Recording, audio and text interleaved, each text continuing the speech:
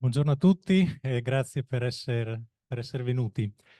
È una giornata particolare oggi, nel senso che in Fondazione Levi ormai da anni ricordiamo il compleanno di Giovanni Morelli attraverso iniziative.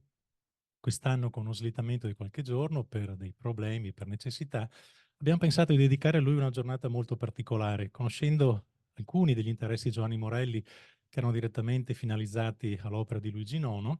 Abbiamo pensato di dedicare questa giornata appunto a Nono Morelli. Seconda particolarità è che attorno a questo tema, in un gruppo di ricerca coordinato da Francesco Fontanelli, che qui ringrazio pubblicamente qua in prima fila, ha lavorato su questi testi di Giovanni dedicati appunto a Luigi Nono con un gruppo che lui ha creato e oggi appunto sentiremo i risultati di questi loro incontri. A me questa iniziativa fa molto piacere, innanzitutto perché ho sempre pensato che la Fondazione Levi debba essere un luogo appunto di studio, di ricerca, soprattutto destinato ai giovani musicologi. Mi fa anche molto piacere che i testi di Giovanni comincino a circolare nelle nuove generazioni, altrimenti ce la raccontiamo sempre un po' tra di noi, che ormai abbiamo già 60 anni e più, e quindi è bene che anche il testimone venga raccolto appunto da queste persone. Una grandissima sorpresa che ringrazio veramente caldamente. Abbiamo con noi Nuria e chi più di lei può dare il benvenuto a queste giornate. Grazie a tutti e grazie a Nuria.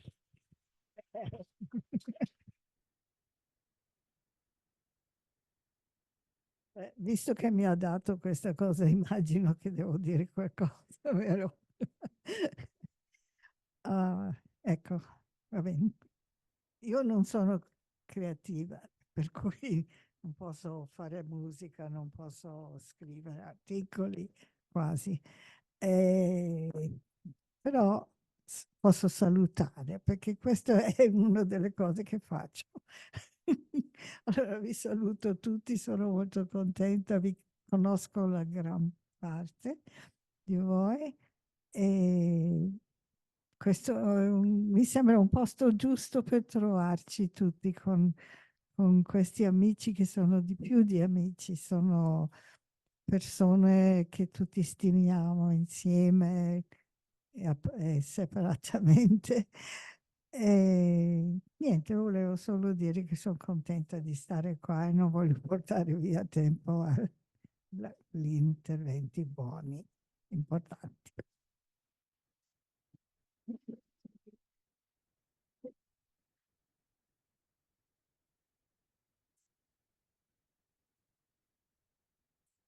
Come vuoi.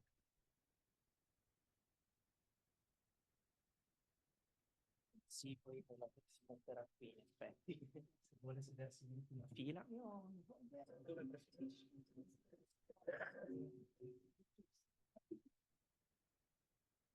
Bene, allora a me il compito è solo di introdurre, ma neanche tutti i lavori di queste giornate, perché il senso di questa iniziativa l'abbiamo già intuito, non c'è bisogno di sottolinearlo in maniera enfatica e di ripeterlo tante volte.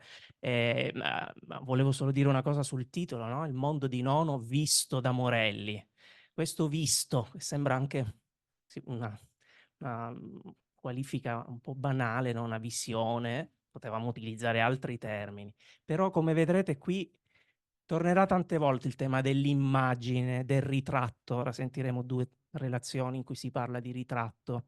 L'idea di un'immagine che è anche, no? Questo vedere ha dentro etimologicamente l'idea. mm? È sempre una prospettiva, è sempre un'interpretazione, una ricerca. E tra l'altro parliamo anche di Nono e se noi pensiamo alla poetica dell'ultimo Nono, che è quella che interessava molto a Morelli, l'immagine non è vista, se vogliamo, così bene, perché ci sono dei dialoghi tra Nono e Cacciari che conosciamo tutti, in cui si dice: ma no, l'immagine quando è solo qualcosa può essere idolatrica, può essere qualcosa che ci blocca, mentre invece c'è l'ascolto che è dinamico, che ci apre a nuovi mondi. Però l'immagine, come la intendeva Morelli, è molto vicina all'ascolto musicale. Quindi non è un'immagine che fissa qualcosa in maniera indelebile e ci inchioda lì, ma è sempre un rapporto dialogico tra questa immagine e colui che la crea, che la produce. Quindi visione e ascolto fanno parte poi di un unico circolo. E io credo che i due relatori della sessione che adesso vi introdurrò, lo si vede già dai titoli dei loro interventi, prova di ritratto, e poi si parla anche della la linea Morelli dei ritratti, sono temi che abbiamo approfondito nel gruppo di ricerca che coordino, parleranno anche di questo. Allora, il primo relatore, il primo studioso è Alessandro Maras, che ha conseguito il titolo di dottore di ricerca in musicologia presso l'Università di Roma Sapienza, ha partecipato a convegni nel Regno Unito, in Belgio, in Francia e in Italia, ha lavorato su Poulenc, Stravinsky e sulle avanguardie storiche. Tra le sue più recenti pubblicazioni si ricorda Apollinaire, Le musiciens et la musique del 2021. La sua ricerca attuale si concentra sui rapporti estetici e socioculturali tra musica, letteratura e arti figurative in Francia e in Italia, fra secondo Ottocento e primo Novecento, ed è docente di storia della musica presso il Conservatorio San Pietro a Maiella di Napoli. Lo invito a prendere posto. Prova di ritratto di Venezia secondo Giovanni Morelli fra Malipiero, Maderna e Nono.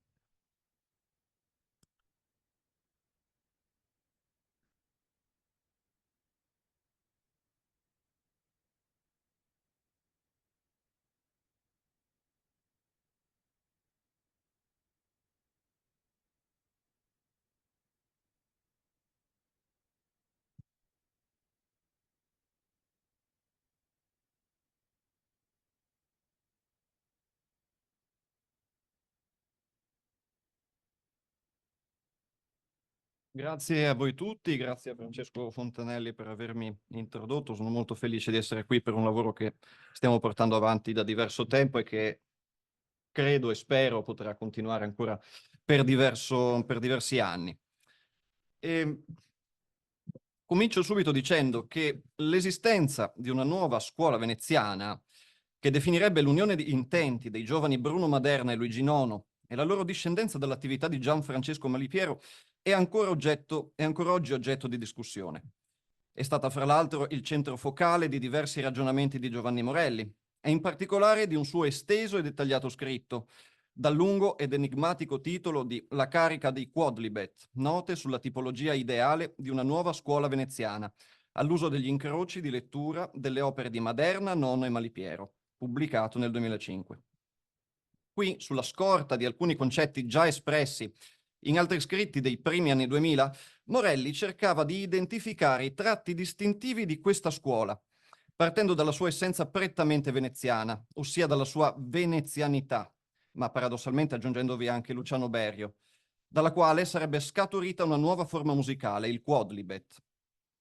In questo mio intervento non mi voglio soffermare sulla possibilità o meno dell'esistenza di questa scuola, sui suoi presupposti o sui suoi risultati, questioni fra l'altro già affrontate ad esempio da Veniero Rizzardi, Michele Girardi e Giordano Ferrari, né mi voglio concentrare sul concetto stesso di scuola, che nella storia della musica ha indicato raggruppamenti alquanto disparati e legati da vincoli dei tipi più vari, né infine sulla forma del quodlibet, la cui efficacia descrittiva dovrà o potrà essere messa alla prova dagli specialisti di Malipiero, Maderna e Nono. Vorrei piuttosto approfondire quella particolare idea di venezianità messa in gioco da Giovanni Morelli per unificare e descrivere i diversi tratti dei tre compositori, i modi in cui ne ha profilato le caratteristiche e valutarne l'efficacia in rapporto ad altre idee di venezianità. Prima di cominciare, è opportuno tuttavia ricapitolare, seguendo il dato storico e fattuale, che cosa sia stata la nuova scuola veneziana. L'anno zero è fissato da Maderna nel 1948, quando, su indicazione di Malipiero, Nono frequentò con lui il corso di direzione d'orchestra tenuto da Hermann Scherchen in città. Fu l'inizio di una serie di scambi e mutue influenze fra i due giovani compositori che già si erano conosciuti un paio d'anni prima. Il loro legame artistico era basato non solo su una comunità di intenti estetici e socioculturali, ma anche, secondo la puntuale analisi di Veniero Rizzardi, che al gruppo aggiunge anche il nome di Renzo Dall'Oglio, fondato su comuni tecniche compositive, che in certa misura guardavano alle tecniche di Hindemith e Dalla Piccola. se i vincoli di amicizia non poterono sciogliersi che con la morte di Maderna nel 1973, l'unità tecnico-estetica di questa scuola non durò che fino al 1954. La difficile e ombrosa figura di Malipiero restava sullo sfondo. Maggiore, se non unico, fra i progressisti locali, arci-veneziano, fra i pochissimi autori locali a possedere una statura internazionale, Malipiero fu da una parte guida e modello di audacia, dall'altra quasi un ostacolo per lo sviluppo di nuove poetiche. In effetti Malipiero stesso si paragonava a un altro veneziano, a Magister Josephus, come dice il nome di una sua composizione, ossia Gioseffo Zarlino, le cui innovazioni avevano consentito un successivo sviluppo musicale che, d'altra parte, lui stesso non riuscì mai ad apprezzare pienamente. Si noti poi che ancora nel 1970 Nono ringraziava sentitamente il vecchio veneziano per avergli fatto scoprire le qualità d'avanguardia della scrittura di Giovanni Gabrieli. E tuttavia, già negli anni 60, vi erano stati diversi scontri a mezzo stampa fra Malipiero, che non riusciva a tollerare gli esiti ai quali era pervenuta la nuova generazione di compositori, e Maderna stesso, che si riferì a Malipiero come a un fantasma, a un leone morente, invidioso, rancoroso e privilegiato. E tuttavia, strette relazioni fra i tre ci sono state, personali o musicali, reali o astratte, e inutile sarebbe cercare di analizzarle fin nel dettaglio cronologico. Si inizierebbe così, sostiene Giovanni Morelli, una partita a tennis fra condivisioni, affinità e dispetti e disgusti, che potrebbe essere notevolmente e inutilmente protratta, senza portare ad altro che ad un crescente sentimento di incertezza in ordine alla ipotesi di una relazione di magistero sufficientemente significativa. Ciò che tiene insieme questa scuola o bottega è piuttosto una serie di disparatissimi modelli di venezianità, come dice Morelli, costruiti sulla base di spunti letterari o pittorici, tra i quali alcuni emergono in modo particolare, mentre altri rappresentano solo una fugace suggestione. Tali modelli, se da una parte serviranno al musicologo per delineare i caratteri della nuova scuola veneziana, con la successiva formazione dell'idea di Quodlibet, dall'altra possono essere presi anche in quanto tali, per cercare di comprendere quale sia l'immagine di una Venezia culturale che, pur partendo da metà Settecento, arriva fino al secondo Novecento. È necessario tuttavia aggiungere qualche ulteriore dettaglio. Anzitutto bisogna segnalare che la prospettiva del musicologo è quella imagologica. È interessante infatti notare come Venezia venga interpretata da Morelli a partire soprattutto dallo sguardo dell'altro, un altro che significativamente proviene dalla cultura tedesca. In secondo luogo, che l'immagine romantico-ottocentesca della musica veneziana, costituita, secondo le parole di Licia Sirk, da inviti amorosi in ambientazioni notturne attorno alla rima luna-laguna, o dal classico immaginario della gondola, del gondoliere, della barcarola, non vengano nemmeno prese in considerazione, pur appartenendo all'ambito cronologico preso in oggetto. I motivi di queste due scelte sono più che ovvi. Morelli sa che alla nuova scuola veneziana interessa più lo sguardo della cultura germanica che l'ormai vetusta ispirazione francofono-salottiera. La decisione invece di non considerare come modello di venezianità alcun elemento musicale è ascrivibile a quella vocazione interdisciplinare tipica del modo di procedere morelliano, ma che finisce per coincidere proprio con una delle più particolari proprietà di cui era dotata la nuova scuola musicale veneziana, spessissimo interessata a letture non musicali, esposta ad immaginazioni d'ascolto utopico, di testi non musicali, poesia, letteratura, pittura, cinema, architettura, cui può conseguire tanto facilmente ai musicisti l'impulso a trovare fuori della musica le idee della musica, a trarre da fuori della musica le deduzioni formali dalle idee. Più spinosa invece la questione di un'altra assenza, che funge da contrappeso allo sguardo germanico e di cui costituisce l'esatta controparte. È l'assenza di modelli di venezianità appartenenti a quel versante della Belle Époque e del periodo interbellico di carattere stenico, vigoroso, progressista, che passa sotto il nome di Grande Venezia e che spinse la cultura cittadina stessa a farsi promotrice di nuove esperienze sociali e culturali, la Biennale Musica su tutte, e attirò lo sguardo e pure l'affetto di personalità come Igor Stravinsky, Sergei Diaghilev, o dei vari invitati al cenacolo artistico della principessa di Polignacca, Palazzo Contarini dal Zaffo. Morelli In effetti non prendeva in alta considerazione la grande Venezia già nella sua voce per l'enciclopedica Storia di Venezia Treccani. Va detto però che là parlava d'altro. Si concentrava in sostanza sulle attività delle istituzioni musicali di Venezia nelle loro interazioni con gli scarsi musicisti autoctoni. E in effetti solo la figura del malipiero organizzatore veniva chiaramente alla luce in quest'epoca. Su quest'altro aspetto imagologico della venezianità, che credo ponga interessanti quesiti, mi vorrei concentrare alla fine di questo mio intervento, tornando subito invece alle idee di Giovanni Morelli. Nel saggio che qui voglio esaminare, La carica dei Quodlibet, il musicologo redige una lista di 23 diversi modelli di venezianità. Giordano Ferrari, nel saggio scritto con Michele Girardi, la descrive come un elenco costituito da interpretazioni di alcuni luoghi comuni dell'immagine di Venezia nel patrimonio culturale, di elementi quasi inafferrabili, ma anche di evocazioni di testi, autori, pittori, filosofi o citazioni di frasi ad essi appartenenti, assolutamente non seguite da spiegazioni e che quindi fanno appello alla cultura personale del lettore. Si tratta in effetti di un elenco privo di supporto iconografico, talvolta oscuro o al contrario talvolta molto dettagliato, generato, secondo quanto dice Morelli stesso, non troppo gerarchicamente e che verosimilmente lascia fluire frettolosamente qualche memoria formulare, ellittica, ovvero brutalmente scorciata dalle innumerevoli scene del Venezia As. Di questi 23 punti, circa la metà è tratta dall'ambito letterario, mentre l'altra metà è costituita da riflessioni sulla pittura o da meditazioni estetico-filosofiche sullo sguardo dell'altro nei confronti della città. Proviamo allora a percorrerne il contenuto e a ricostruire l'immagine di Venezia secondo Giovanni Morelli, dovendo purtroppo tralasciare qualcuno dei nomi li citati per motivi di tempo. Venezia è allegoria di una fine imminente, ovvero sia della morte preannunciata, tanto da rientrare addirittura, dice Morelli, nella sfera affettiva della fine in Maurice Barrès. Ciò è evidente poiché è soggetta al tempo, come tutto ciò che ha un'esistenza apparente, come avrebbe detto Goethe. Anzi, sostiene Morelli, è esposta alla grande minaccia oscura del tempo.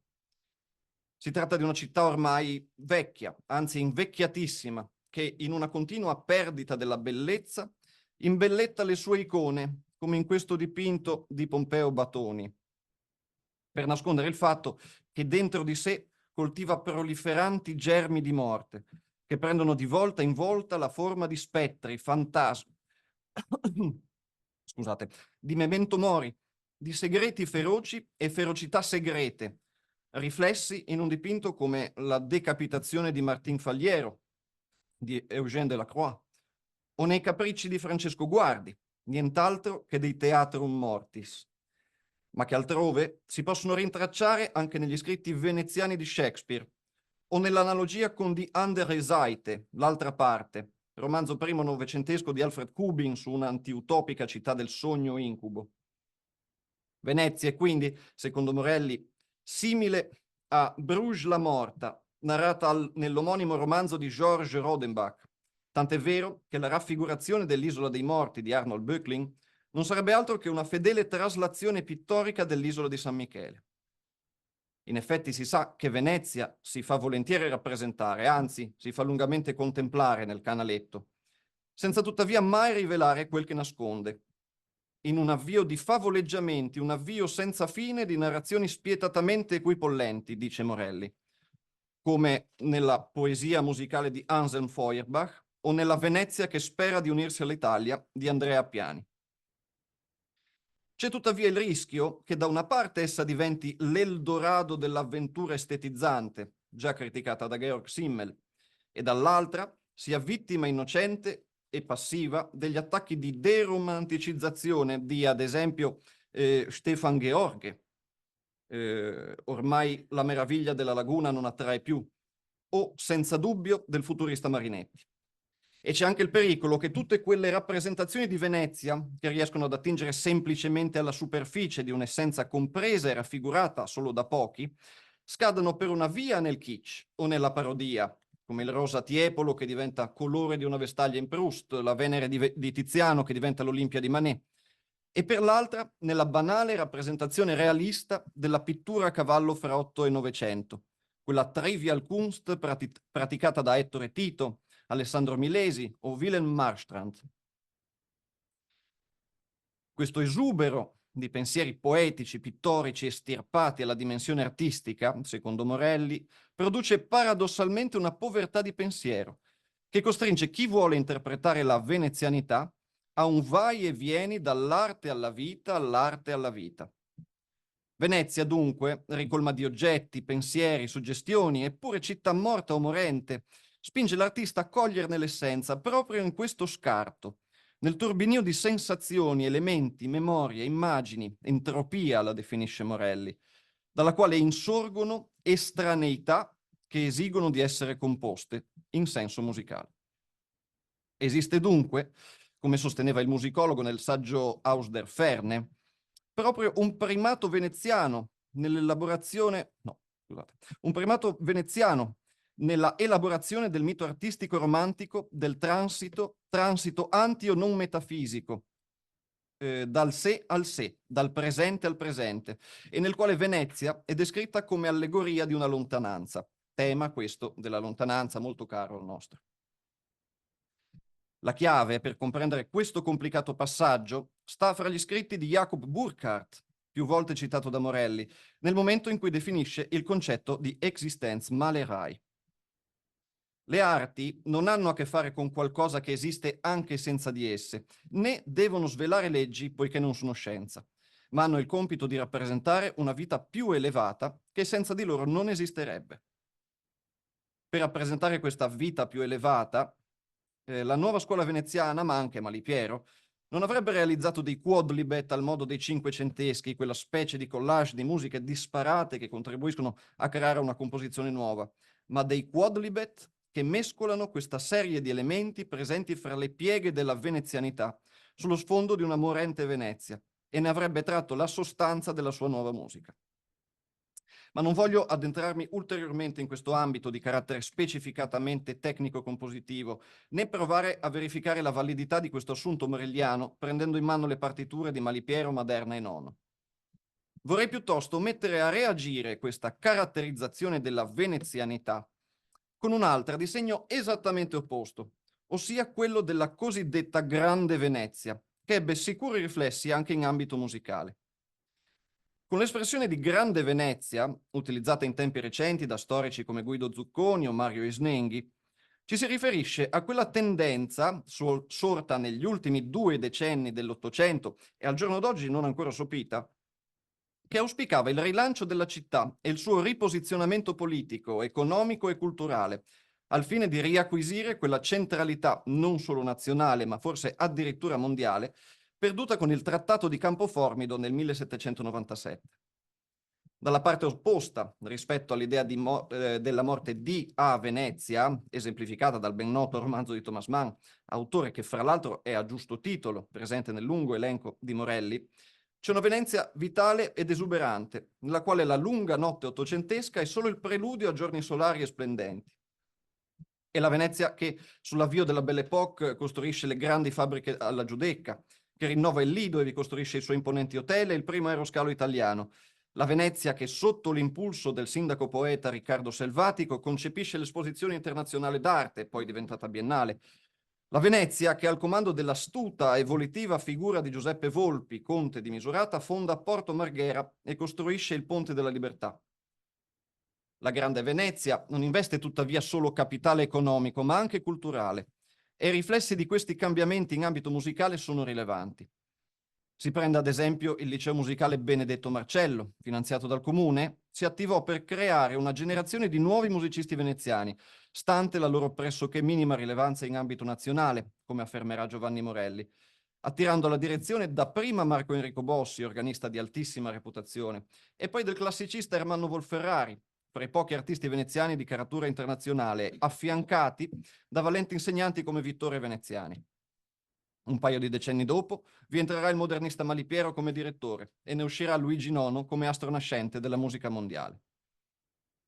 Questo rinnovamento, quasi un tentativo di restaurazione della Venezia dei Dogi, attirerà numerose personalità provenienti da tutto il mondo ineludibili catalizzatrici della musica di primo Novecento.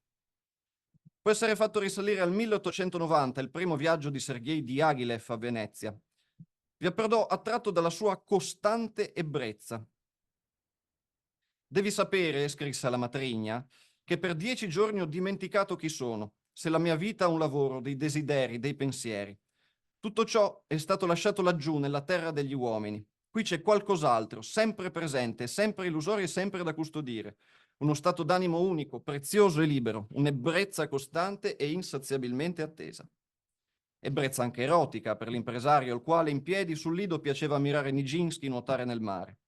Morirà proprio all'Hôtel de Bain de Mer nel 1929, fra le cure dei suoi più giovani favoriti Boris Cocteau e Serge Liffard. A quest'ultimo aveva dettato le parole per il suo epitafio: Venise, inspiratrice éternelle de nos apaisements, ossia Venezia, ispiratrice eterna delle nostre pacificazioni, oppure dei nostri acquietamenti, oppure ancora dei nostri appagamenti. Al 1891 risale invece il momento in cui la franco-americana Winnaretta Singer, principessa di Polignac, affittò per la prima volta una casa a Venezia. Nel corso dei seguenti 50 anni vi invitò numerosissimi musicisti, primo dei quali fu Gabriel Fauré.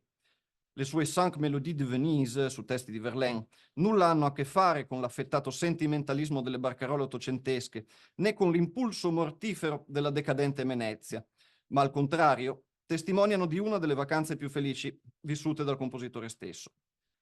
La principessa di Polignac ebbe in effetti un ruolo molto importante nella produzione e promozione di nuova musica a Venezia. Diverse opere da lei commissionate o a lei dedicate, di Stravinsky, De Falla, Polanco o altri, furono fatte inserire nei festival internazionali di musica, l'attuale Biennale Musica, a partire dall'edizione 1932, di cui lei fu madrina. Proprio questi festival vennero avviati sulla scorta della filosofia restaurativa della Grande Venezia nel 1930, sotto l'egida del conte Volpi di Misurata, e anticipati nel 1925 dal primo Festival della Società Internazionale di Musica Contemporanea in territorio italiano. Pur in seguito dovendosi assoggettare alle idiozie culturali del regime fascista, furono uno degli ambienti musicali più progressisti ed energici all'epoca, anche grazie alle necessarie ingerenze e interferenze di Alfredo Casella. Venezia la progressiva ebbe così modo di ospitare numerose prime italiane o assolute, o l'esecuzione di lavori che altrove in Italia molto difficilmente avrebbero potuto essere ascoltati. Nel 1934 e nel 1936 venne eseguito al Bamberg, nel 1937 Arnold Schoenberg, mentre Paul Hindemith fu una presenza costante. Non è possibile in questa sede analizzare tutte le prospettive musicali affini a o scaturite dall'idea della Grande Venezia. Dobbiamo per forza tralasciare la visione di Stravinsky, ad esempio, o l'impeto nel recupero neoclassico e o filologico dei monumenti veneziani del passato, a partire anzitutto dai Gabrieli, tanto cari a Malipiero quanto a Nono.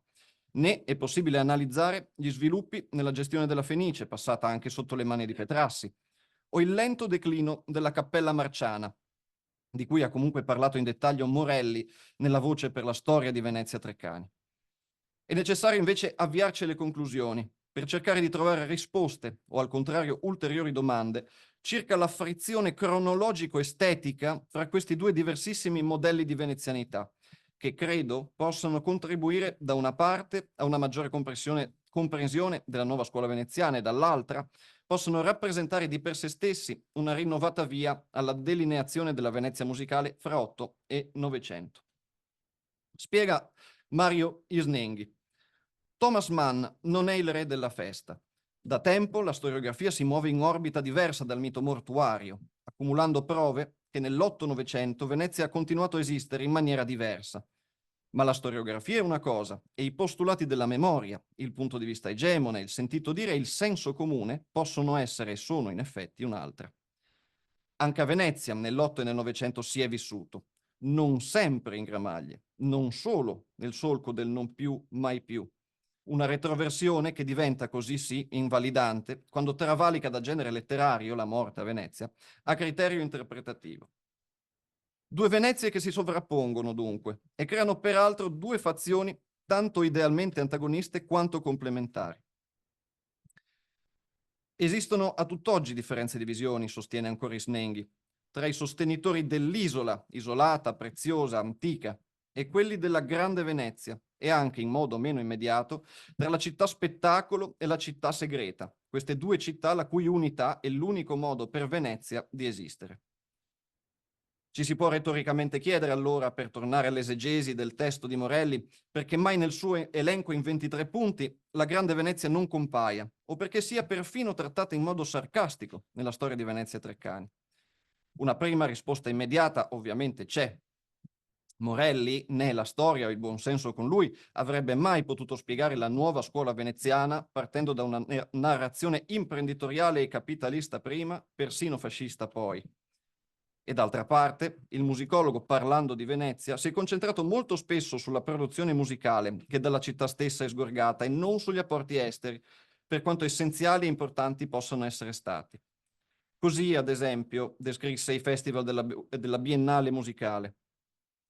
Si tratta di un'area di produzione culturale tipicamente divenuta una celebre insegna veneziana, anche se mai troppo riconosciuta come propria ed autoespressiva dal pubblico intellettuale indigeno, che visibilmente la disertò sempre, mantenutasi abbastanza regolare ed anche regolarmente mantenutasi promiscua, con abbacinanti prime mondiali di capolavori mischiate a rigurgiti di accademismi provincialistici, a cicli pietosi in requiem di maestri minori morti. D'altronde, Malipiero stesso l'aveva già detto anni prima, ai festival si riuniva il fior fiore dello snobismo internazionale. Eppure, se è vero che il pubblico intellettuale indigeno con difficoltà si trovava in platea, questi festival contribuirono a creare una nuova generazione di musicisti e interpreti. Lo racconta per esempio Mario Labroca, all'epoca invischiato fino ai capelli nell'organizzazione artistica. Ricordo che la Fenice era sempre piena di un pubblico che aveva titoli sufficienti per aspirare all'onore dell'invito. Pubblico folto, ma incassi magri. Costretto ad una feroce economia, cercavo di rivolgermi a giovanissimi esecutori appena diplomati o ancora allievi del conservatorio. Un giorno mi si presentò un ragazzo vivo, intelligente e turbolente. Era Nino Sanzoni. E da questa paideia e poi attitudine progressista sviluppata in modo naturale, poiché sorta in un ambiente, quello della Grande Venezia, che vedeva il progresso come meta ineludibile di ogni azione, che nasce, perlomeno cronologicamente, anche la nuova scuola veneziana, e che proprio al più progressista di tutti si appella, Malipiero. E tuttavia, se si prendessero in considerazione solo le istanze della Grande Venezia, molto difficile sarebbe capire la nuova scuola veneziana e Malipiero stesso. Servono giocoforza i modelli di venezianità di Giovanni Morelli, i quali non solo definiscono meglio la filosofia e l'estetica di Maderna e Nono, ma riempiono anche un vuoto storiografico ed estetologico fra l'immagine di Venezia Barcarola, quella di Venezia Bayreuth e la Grande Venezia. Sia dunque dato merito a Giovanni Morelli per averci ancora una volta illuminato la strada. Grazie.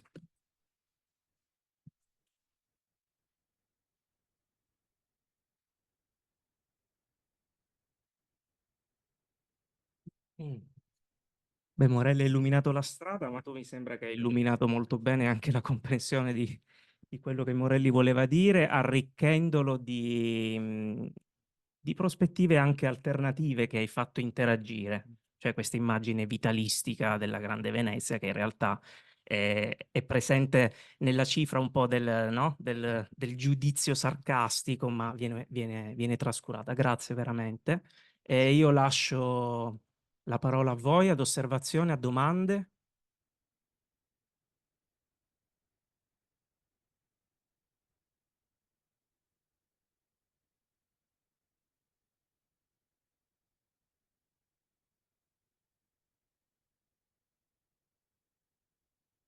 Gli stessi. Meglio così. No, una domanda c'è, bisogna sempre sciogliere il ghiaccio. Professor Zucchetto.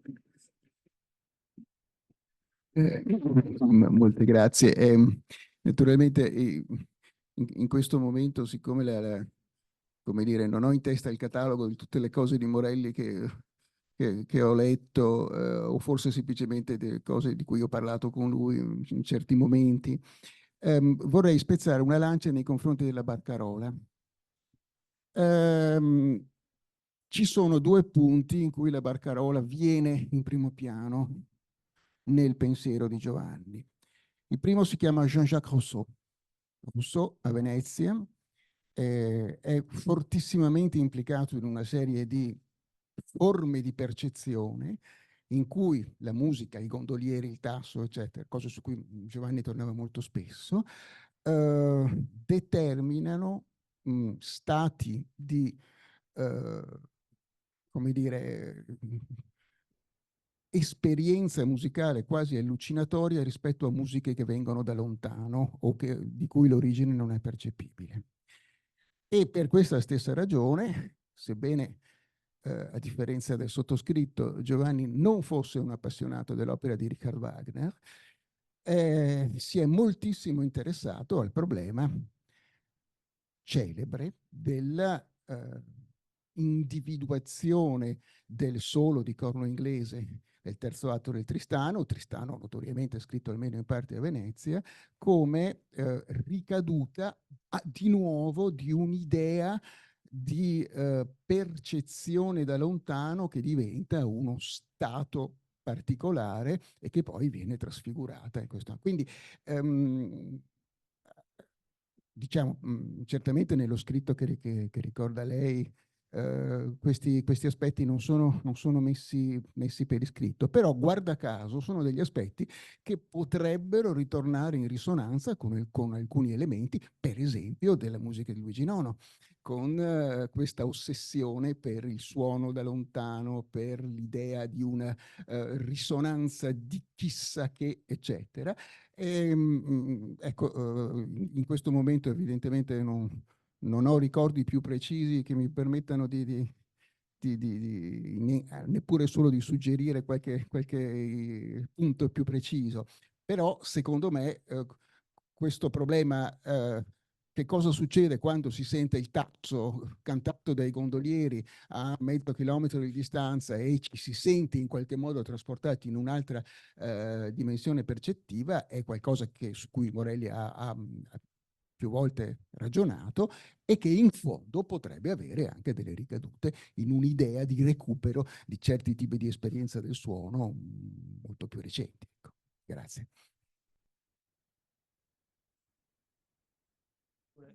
Ringrazio per i suggerimenti.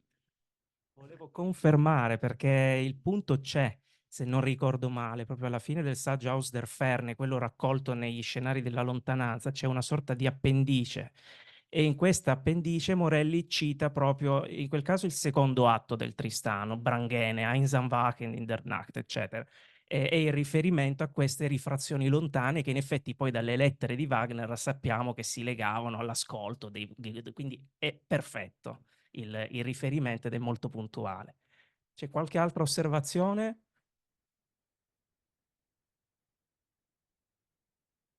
Altrimenti passiamo, grazie Alessandro, per questa ricchissima disamina.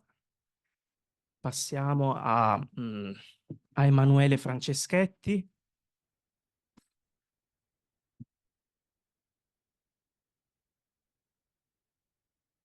Emanuele Franceschetti è musicologo e poeta, questo bisogna ricordarlo, che sei anche poeta.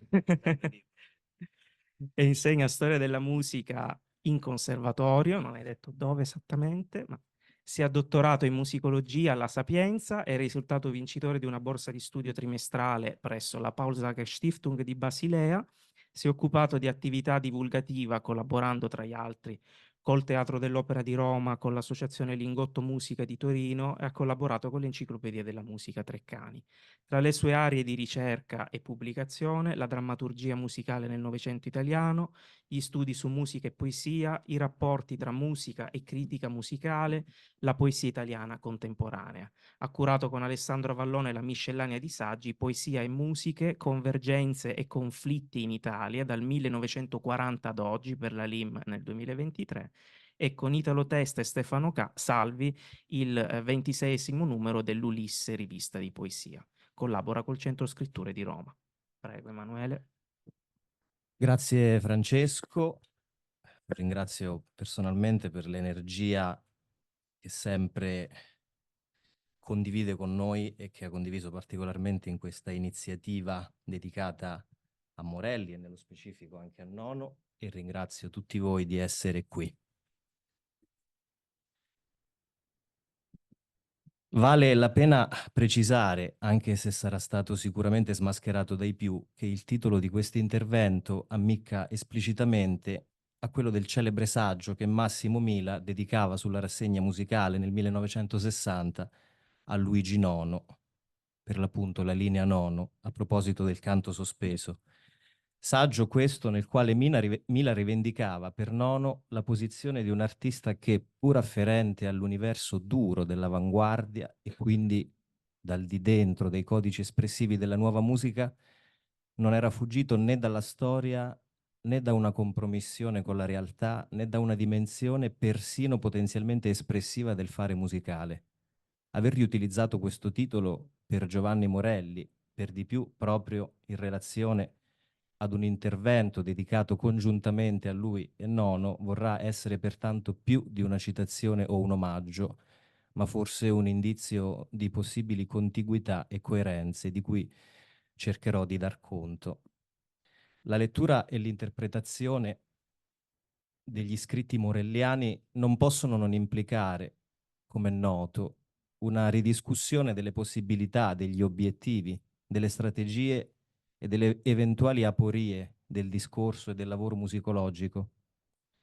Negli scritti di Morelli non sempre è semplice separare nettamente il momento analitico dalla digressione, la ricognizione storiografica dall'esercizio di stile e dalla deviazione extramusicale, o l'intuizione filologica dalla tentazione ermeneutica pura e spericolata. Questi tratti rendono certamente un unicum la produzione morelliana all'interno della letteratura musicologica, forzando notevolmente i termini di appartenenza al genere.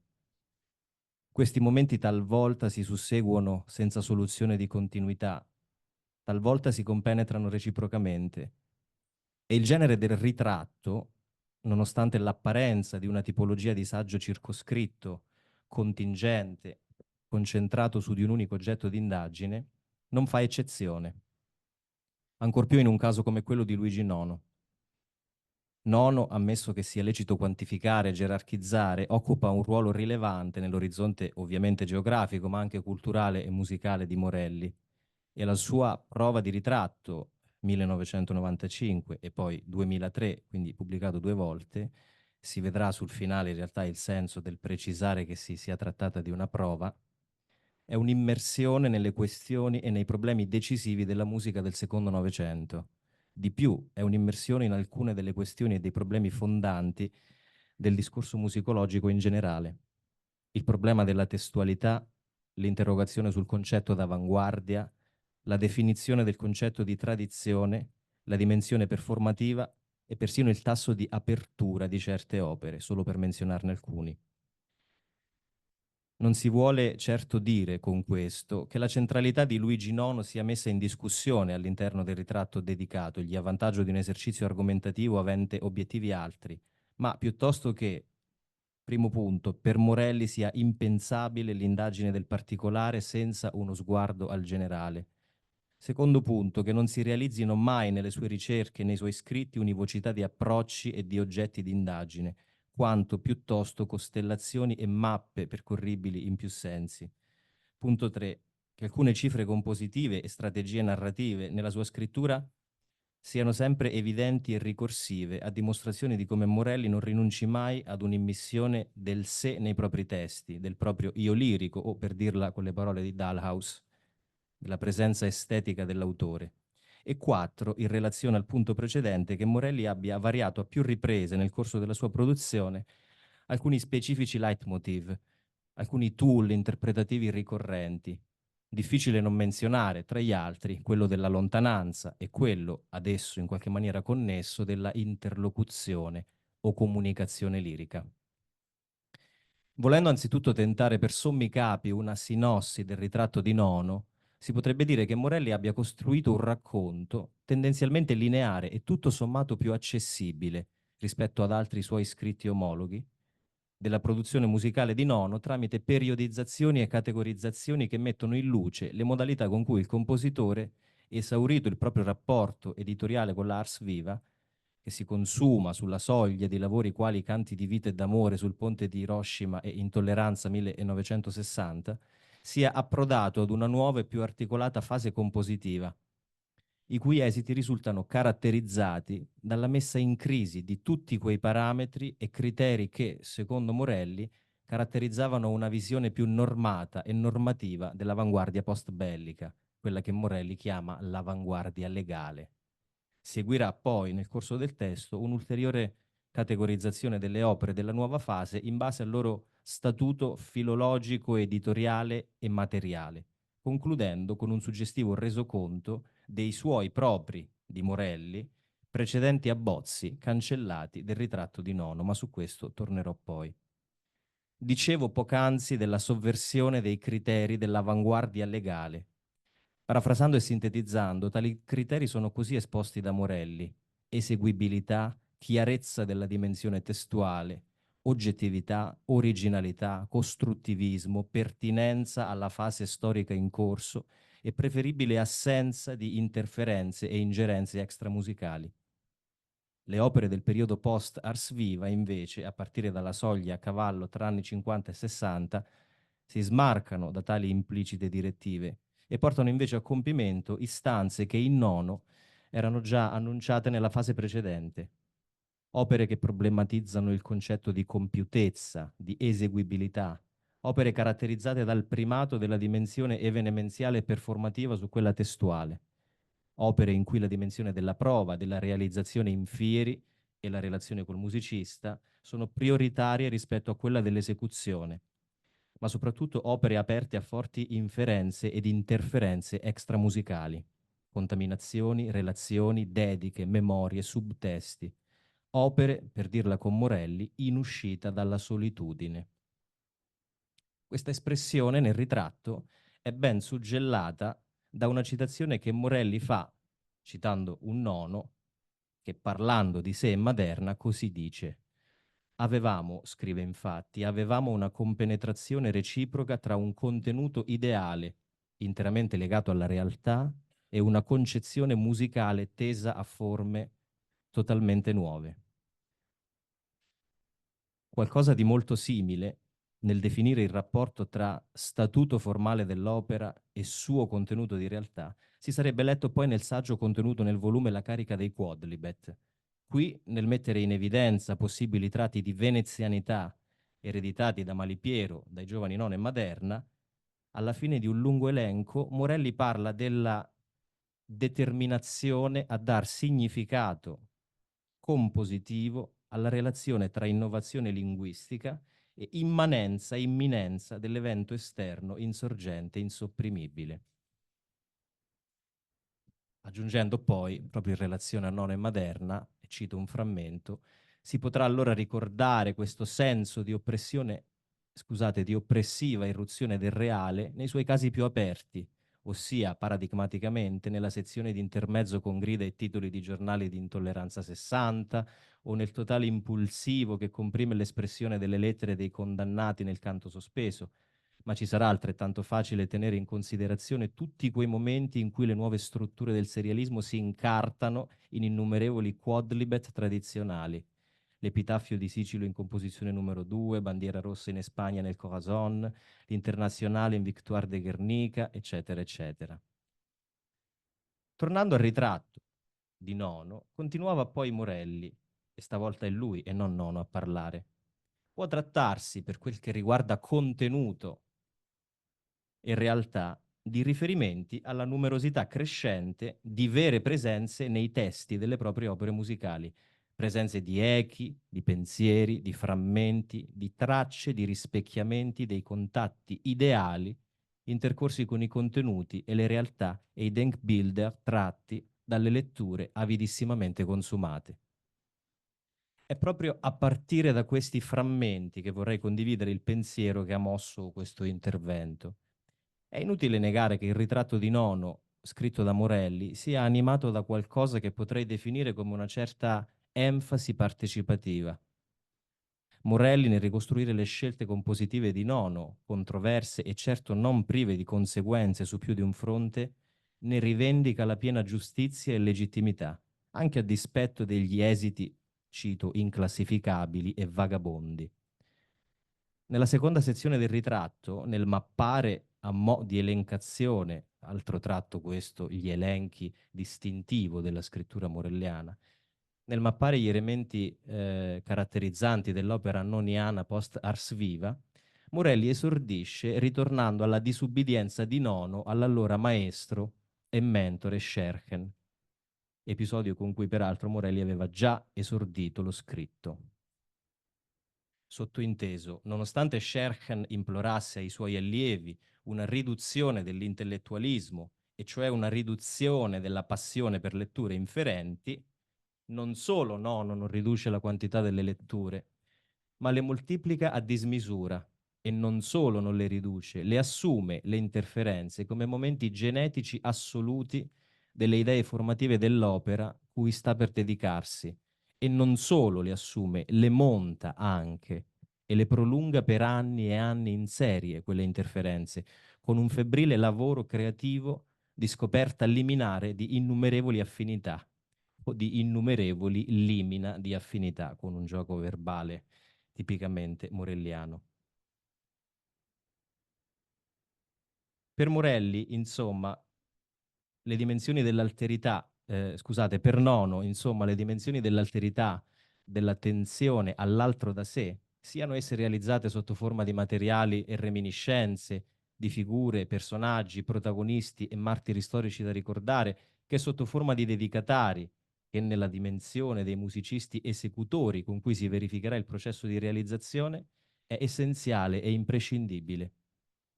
È in relazione a questo che vorrei spendere e spiegare l'espressione tu lirico, proposta per il titolo di questo intervento. È un'espressione morelliana, utilizzata però per un altro importante ritratto, quello di Luciano Berio, pubblicato sempre in Belfagor, ma nel 2009. È a mio avviso una dicitura molto suggestiva ed efficace, capace di riconnettere e mettere a sistema i fili di alcuni dei principali motivi dell'etica e dell'estetica morelliana, come la costruzione e comprensione delle alterità, o la compromissione dell'opera con la realtà concreta, o come la realizzazione di potenziali o effettive interlocuzioni. L'altro, scrive Morelli nel ritratto dedicato a Berio, è per Berio quello che potrei chiamare, grazie ad un imprestito vagante divagante dal testo delle lezioni, ovviamente americane, una divinità biologica del comporre. È il tu lirico del comporre. Impressionante la costanza della sua presenza, del tu lirico, vuoi da intendersi come tu, strumento musicale, corpo risonante, vuoi come tu, suo padrone. E ancora.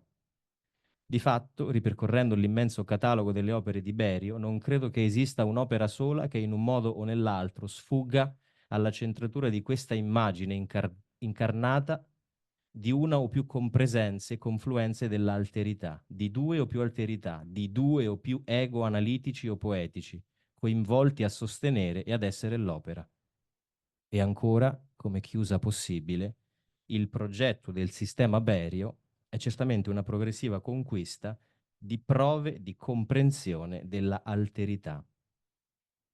Insomma, il concetto di comunicazione, di gesto lirico, di intersoggettività, così come quello ad essi in qualche maniera connesso di lontananza, sono ricorsivi e mobili, quindi declinati e diversamente variati, all'interno della saggistica morelliana, e riemergono anche nei ritratti di Nono e Berio.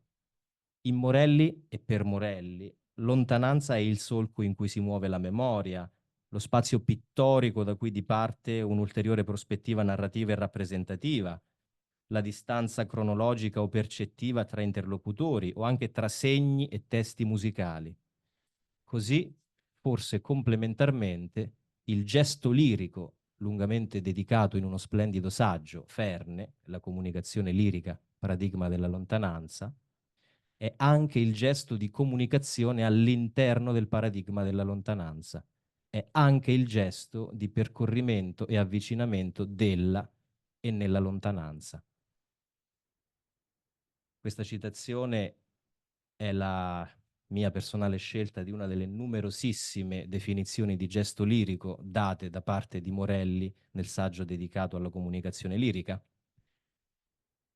Il gesto lirico può essere, tra le altre cose, un'attuazione equilibristica del paradosso per il quale, in virtù di una regola illogica o bilogica, più il soggetto lirico cresce in intimismo, ovvero più si distanzia dall'altro, più lo raggiunge l'altro, sino a diventare egli stesso l'altro in se stesso, oppure, meglio, sino a che l'altro diventa il vero soggetto storicamente reale, o se si vuole empirico, dell'affaire comunicativo. Anche nel ritratto di Mila, pubblicato in Belfagor, ancora una volta, ma precedentemente nel 1989, il paradigma della lontananza sopravvive in un'ulteriore variazione. Una delle chiavi di volta della linea Morelli è proprio la ricerca dell'esperienza conoscitiva tramite il percorrimento di una distanza, una messa in moto e in discussione del soggetto, dell'io, alla ricerca delle proprie alterità. Io, scrive, tendo a credere che il rapporto di Mila con la musica, tanto celebre quanto irricostruibile, il rapporto ininterrotto con quella musica di cui scrive per vivere e di cui vive per scrivere, passi sempre, forse tutto, per una esperienza di questo genere, la conquista del senso della alterità del passato, mediata dal confronto con una qualsiasi ma concreta prossimità di un vissuto quasi conoscibile, al di là del quale, pressoché inconoscibile, c'è la storia. Tra i musicisti entrati nell'orbita di interesse di Morelli, Nono è stato probabilmente quello più compromesso con la storia, con la dimensione partecipativa e non ego riferita del fare musica. Un fare disseminato per quasi mezzo secolo di tu lirici di ogni tipo. Forse Nono è stato tra i musicisti più vicini alla linea Morelli. Potrebbero esserne prova, come già detto, i resoconti dettagliati delle ben 4 versioni cancellate del ritratto noniano scritto da Morelli, nonché, infine, il postludium del ritratto stesso, in cui Morelli, per una volta capace di riemergere dal virtuosismo argomentativo e immaginativo, chiude le pagine del ritratto noniano con una semplice e nettissima celebrazione dell'incisione live, Berlino, novembre 92, del canto sospeso diretto da Abbado. Proprio quel canto sospeso da cui aveva preso le mosse la linea nono di Mila, e proprio quel canto sospeso la cui perenne attualità storica, ben al di là della polemica con Stockhausen sull'intellegibilità del testo, fa sì che l'immagine di Nono possa oramai stabilmente abitare nel grande libro della storia della musica. Oltre a questo, concludendo, credo non sarebbe impudente o inutile interpretare Morelli stesso come un esempio di declinazione lirica del fare musicologico e in generale umanistico, sempre aperto alla compromissione con la storia, con interlocutori prossimi o distanti, con costanti deviazioni e interferenze e con possibili capovolgimenti di prospettiva, e sempre bisogno di lettori, ascoltatori e interpreti come un vero e proprio atto creativo. Grazie.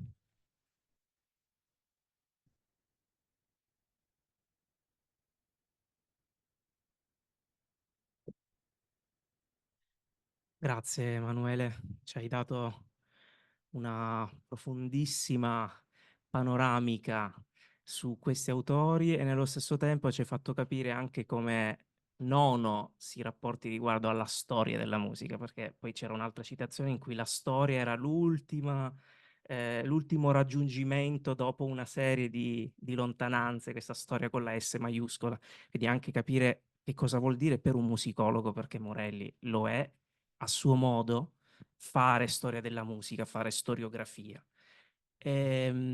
Adesso lasciamo ancora spazio alle domande. Spero che ci sia qualche intervento, qualche risposta.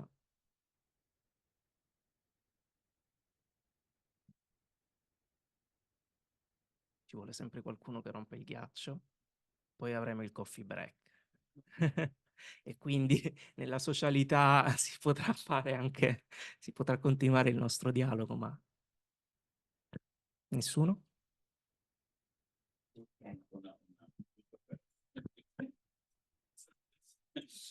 Allora, grazie per questa bellissima disamina. La mia è un'osservazione esclusivamente, molto, molto, molto circoscritta di taglio, diciamo, filologico, se vogliamo, morellian filologico, che riguarda proprio questa nozione abbastanza bizzarra e a suo modo geniale dell'invenzione del tu lirico, che non mi pare abbia dei riscontri nella letteratura, no? Mi pare che lei sottolineasse il fatto che questa nozione compare nel ritratto di Berio, no? Che è del 2009. Io ricordavo di averne trovato un'occorrenza, forse la prima occorrenza, qualche anno prima, in quella famosa, diciamo, intervista che Morelli rilascia a un periodico così un po' oscuro in occasione del conferimento di quel premio, Una vita per la critica, che gli venne conferito nel 2005 e che ho sempre trovato molto molto interessante perché è uno dei rarissimi, forse l'unico luogo in cui Morelli si produce in un autoritratto e in cui parla del suo stile, no? Quando gli viene rivolta una domanda circa l'oscurità del suo stile e lui la rivendica a pieno titolo dicendo in quelle oscurità, nell'incedere preoccupante delle discrasie tra contenuto e forma, negli abissi ellittici, negli imbottigliamenti paratattici, eccetera, e poi dice nell'arcana bilogicità del discorso dei poeti che hanno saputo prescindere sia dall'io che dal tu lirico, dice. Ho sempre trovato il conforto, anche sedativo, torniamo ai farmaci, dell'incontro imprendibile con la verità. Quindi questa idea del tu lirico emerge Che appunto. data era questo qui? Siamo nel 2005, sì, sì, sì. Prego. Allora, se posso aggiungere proprio una piccola nota, secondo me è connesso al concetto della quarta persona singolare del soggetto lirico che risale al 2001. Quindi andiamo ancora indietro, cioè all'articolo su Rota.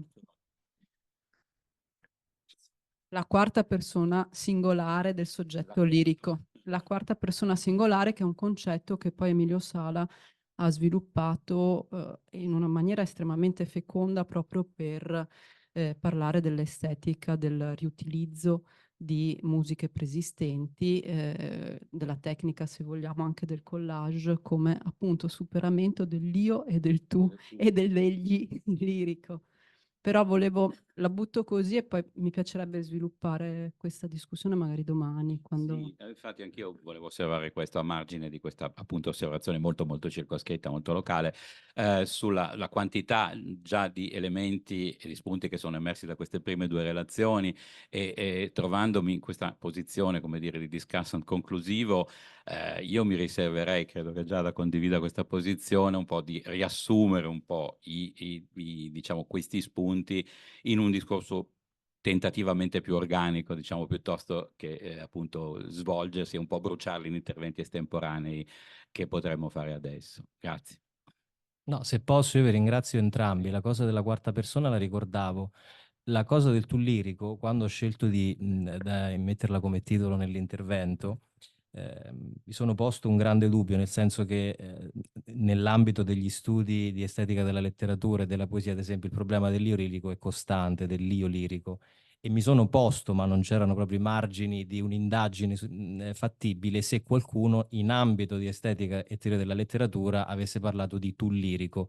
Nel caso di Morelli io non avevo trovato l'espressione tu lirico, ma nel saggio del 2003, quindi che verrebbe dopo quello di Nono e prima di quello di Berio, su Ferne, sulla comunicazione lirica, credo che lui l'espressione tu lirico non la utilizzi mai con questo lemma, però ripetutamente nel maxi elencone di declinazione del gesto lirico dice infiniti io che vanno verso infiniti tu, quindi probabilmente non c'è l'aggettivo lirico, però grazie per aver notato questo, vi ringrazio entrambi.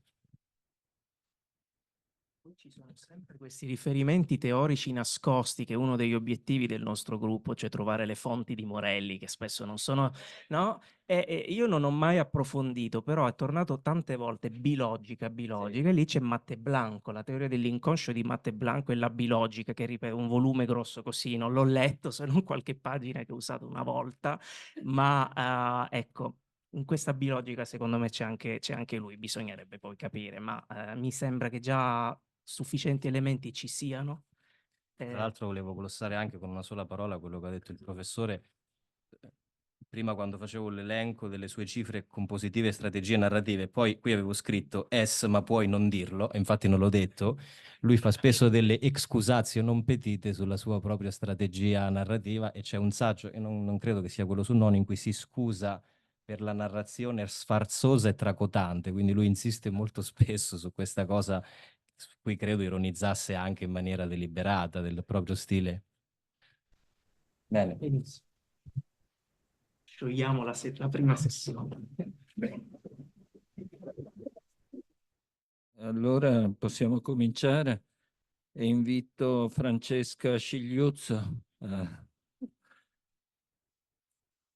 sedersi a fianco. Grazie. Dunque, Francesca Scigliuzzo, che, se ho ben capito, è dottoranda all'Università di Udine. È questo, ecco, sì. E poi è diplomata in violoncello. E poi, per quanto riguarda, cioè fa parte del gruppo degli alunni Levi e del gruppo di ricerca Il Novecento di Giovanni Morelli, prove di esegesi sugli scritti, e ha pubblicato, e sono in corso di pubblicazione, è in corso di pubblicazione specialmente perché questo interessa immediatamente la sua relazione di oggi, Découvrir la subversion, Hommage a Edmond Jabès di Luigi Nono, proposta di studio di un processo compositivo sovversivo. Ed è proprio di questo che lei parlerà oggi pomeriggio. Bene, allora le lascio la parola. Grazie per la presentazione, ovviamente mi unisco ai ringraziamenti fatti in precedenza dai miei colleghi. È bello essere qui per iniziare o continuare per qualcuno a ragionare sulle scritture di Morelli, in questo caso dei suoi rapporti e punti di contatto con Nono. E l'intervento che propongo oggi nasce proprio dal desiderio di voler approfondire e sistematizzare una delle primissime impressioni avute rispetto alla scrittura di Morelli su Nono, ovvero l'esistenza di convergenze e assonanze molto forti nel fare, pensare e scrivere dei due veneziani. Obiettivo dell'intervento è interrogare la scrittura di Morelli attraverso il tema della sovversione e mettere a confronto il pensiero del musicologo e il pensiero di Nono per cercare affinità e punti di contatto significativi tra i due. Ma perché proprio il tema della sovversione e di quale sovversione stiamo parlando? Sia Nono che Morelli sono senza dubbio due figure sovversive e sembrano fare della sovversione, quindi del rovesciamento continuo di ordini costituiti e preesistenti, uno dei motivi fondanti la loro ricerca. Quando Morelli sceglie di descrivere il pensiero compositivo di Nono attraverso la sovversione, da un lato mostra una conoscenza profonda dell'opera del compositore, dei materiali preparatori e della sua vicinanza a Jabès, il poeta della sovversione non sospetta, appunto. Dall'altro però Morelli ci parla anche di sé, del suo sentirsi particolarmente vicino al Nono degli anni '80, momento in cui il compositore incontra la scrittura e il pensiero del poeta. Per capire in che modo Morelli e Nono si incontrano nella sovversione avremo bisogno di due testi. Il primo è il ritratto di Luigi Nono, una prova di ritratto scritta nel 95 per la rivista Belfagor. Mi soffermerò in particolare sulla seconda delle 4 radiografie proposte da Morelli alla fine del saggio, quella dedicata appunto all'opera Découvrir la subversion. Il secondo testo è Mettre en page la subversion, pubblicato ancora nel 95, questa volta per la rivista Drammaturgia. Attraverso lo studio del contenuto, della struttura e dello stile di questi due testi proverò a mettere in evidenza in che modo Morelli racconta la sovversione di Nono passando per Jabès. Cosa c'è di sovversivo nella scrittura di Morelli e in quali luoghi la scrittura dell'autore tocca il culmine della mimesi e del contatto con Nono per parlarci di sé. Anticipo e svelo in parte la risposta dell'ultimo punto. Il punto, la direzione, il punto d'arrivo di questo intervento è lo studio di uno schema che Morelli disegna, e non dimentichiamo mai di quanto sia importante la componente visiva nel pensiero del musicologo. Abbiamo anche, ed è bellissimo, alcune riproduzioni dei suoi disegni qui. Dicevo, uno schema attraverso il quale Morelli rappresenta come funziona, come lavora la sovversione nella ricezione del pensiero e delle opere di Nono. Questo luogo del testo è a mio avviso fondamentale per comprendere l'importanza dei meccanismi sovversivi nel fare, pensare e scrivere dei due autori. Iniziamo. Rispetto alle prove di ritratto, desidero mettere in evidenza in realtà due luoghi del testo, quelli in cui Morelli stesso propone dei riferimenti diretti a Jabez. Quindi la citazione d'apertura al saggio è, come anticipato, la seconda delle 4 radiografie sulle opere di Nono, che si trova invece a chiusura della scrittura. Morelli apre il ritratto con una citazione di Jabez dalle Livre du Partage. L'autore sceglie di fare del legame non e Jabez la premessa della sua scrittura e di tutti i temi che esplorerà nel ritratto. La citazione è questa: c'è una parola più forte, una parola più personale delle altre, una parola che nega e nello stesso tempo coinvolge, che forgia i suoi legami di silenzio nel silenzio dei legami. Questa parola non si condivide, si immola. Vediamo che Morelli tocca subito il tema del silenzio, della parola che si nega, che sfugge, e che grazie alla lontananza, al silenzio, comunica e coinvolge in modo profondo. Il riferimento di Morelli al poeta dei libri e delle interrogazioni, oltre ad essere molto suggestivo, è funzionale alla scrittura. Questa citazione è un pretesto. È un pretesto non solo per mettere da subito in chiaro e in evidenza la vicinanza dei pensieri del compositore e del poeta, pensieri che si incontrano intorno all'ascolto, intorno al silenzio, intorno alla sovversione, ma è soprattutto un pretesto per Morelli per costruire sin dall'inizio l'orizzonte, lo stile e il carattere della sua scrittura. In qualche modo l'autore cerca il proprio spazio, crea uno spazio d'ascolto molto aperto per inserire in silenzio la sua figura nel e attraverso il racconto di Nono. Morelli scrive di Nono attraverso parole che si negano, che sfuggono, e traccia le linee del ritratto del compositore in un'atmosfera di sogno, assenza, ricordo. Morelli scrive di Nono attraverso uno stile di scrittura molto vicino, per alcuni aspetti, alla tecnica compositiva dell'autore. Il musicologo ricorre a una scrittura discontinua e frammentaria. Lo vediamo nella parte finale del testo e nelle brevi versioni cancellate di altre prove di ritratto interrotte. Un'altra affinità di scrittura che tocca appunto il fare dei due autori riguarda la condivisione delle difficoltà di definire e di fissare il pensiero nel segno. Nella scrittura del ritratto di Nono la figura del compositore sembra inafferrabile, lontana, avvolta da un mistero. Vediamo poi una certa somiglianza nell'atteggiamento vagabondo ed errante dei due autori, entrambi caminantes. Morelli vagabonda sempre tra excursus, note a piedi pagina e costruisce la sua scrittura nella sovrapposizione, non sempre ordinata e quasi mai concisa, di idee, di parole, di layers. La citazione di Jabez iniziale a questa scrittura anticipa e nasconde tutto questo. Ecco, prima di passare alla seconda radiografia sulla sovversione, voglio mettere solo un asterisco sugli strumenti che usa Morelli in questo ritratto. Appunto, il ritratto, che è uno strumento piegato alla soggettività di chi scrive per farne parte in silenzio, e il catalogo. A un certo punto Morelli propone lo strumento del catalogo per organizzare e descrivere i lavori di Nono. E ovviamente lo fa a modo suo e con una premessa. Sarà un catalogo un po' strano, debole e sfibrato, però comunque sceglie di usare uno strumento molto schematico, preciso e ordinato. Lo segnalo perché anche nell'altro saggio di cui ci occuperemo, Mettre en page la sovversione, Morelli fa qualcosa di simile, proponendo appunto la scrittura e il disegno di uno schema. Quindi siamo tra l'impossibilità di definire la figura del compositore, questa immagine sogno che è sempre lontana, che si allontana, e la proposta di strumenti ordinatori che vogliono rendere il tutto più chiaro, tutto più trasparente e ordinato. Passiamo quindi alla seconda delle versioni scartate del ritratto, quella appunto dedicata a Jabez e a Découvrir la sovversione. Qui Morelli descrive brevemente di che opera si tratta. Siamo nel 1987 e il 5 ottobre è a Parigi per il Festival d'Automne va in scena per l'unica volta l'omaggio che Nono dedica al poeta. Si tratta di un'opera per contralto, voce recitante, flauto, corno, tuba e live electronics. E Morelli già al tempo segnala che quest'opera non si trova nella lista delle opere in corso di edizione critica perché giudicata assolutamente irricostruibile. Morelli descrive quindi i materiali preparatori e i segni inquieti di Nono e dei suoi pennarelli colorati sui diversi fogli e si sofferma alla fine su quanto sia centrale il tema della sovversione nel pensiero di Nono. Morelli scrive che il compositore ha incontrato tardi la lettura di Jabez e che lui non scopre il poeta più camminante ed esule tra i poeti mai incontrati.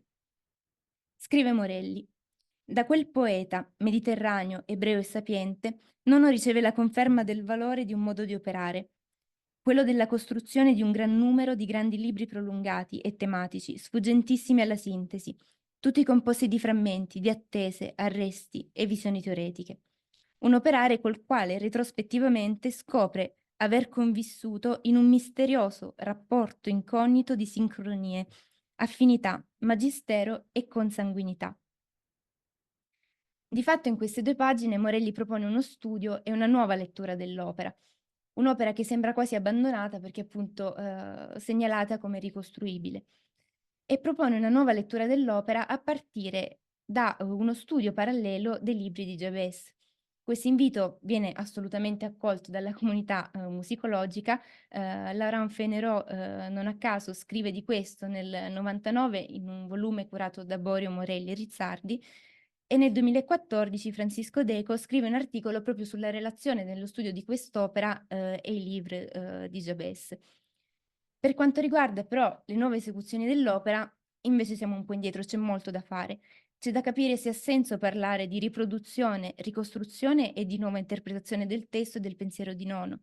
E c'è da capire soprattutto, e questo probabilmente è il punto più urgente, in che modo dialogare con gli interpreti storici. Andiamo quindi al secondo saggio. Morelli apre questa seconda scrittura condividendo il forte bisogno di creare una scheda, la chiama lui di resistenza, una scheda di resistenza all'idea di rappresentare Nono attraverso le nozioni dicotomiche di politica e spettacolo, concetti che intitolavano il numero di drammaturgica per il quale stava scrivendo. Questa premessa non porterà Morelli a descrivere il pensiero di Nono prescindendo dal suo impegno politico, anzi, come scrive l'autore, dalla sua interrogazione politica. E qui già il termine interrogazione è importante perché ci fa capire che stiamo andando verso Jabès. Questo tema, il tema politico, è parte integrante della scrittura di Morelli sul Nono, ma fondamentalmente è uno strumento a sostegno di un'altra direzione narrativa. Morelli vuole descrivere Nono attraverso il tema della sovversione e la vicinanza al poeta. Scrive infatti: l'interrogazione politica sta a comprimere ai margini pressoché tutti i livres noniani. Altra parola importante, livre, perché anche qui in queste righe ci sta suggerendo che stiamo andando verso Jabès.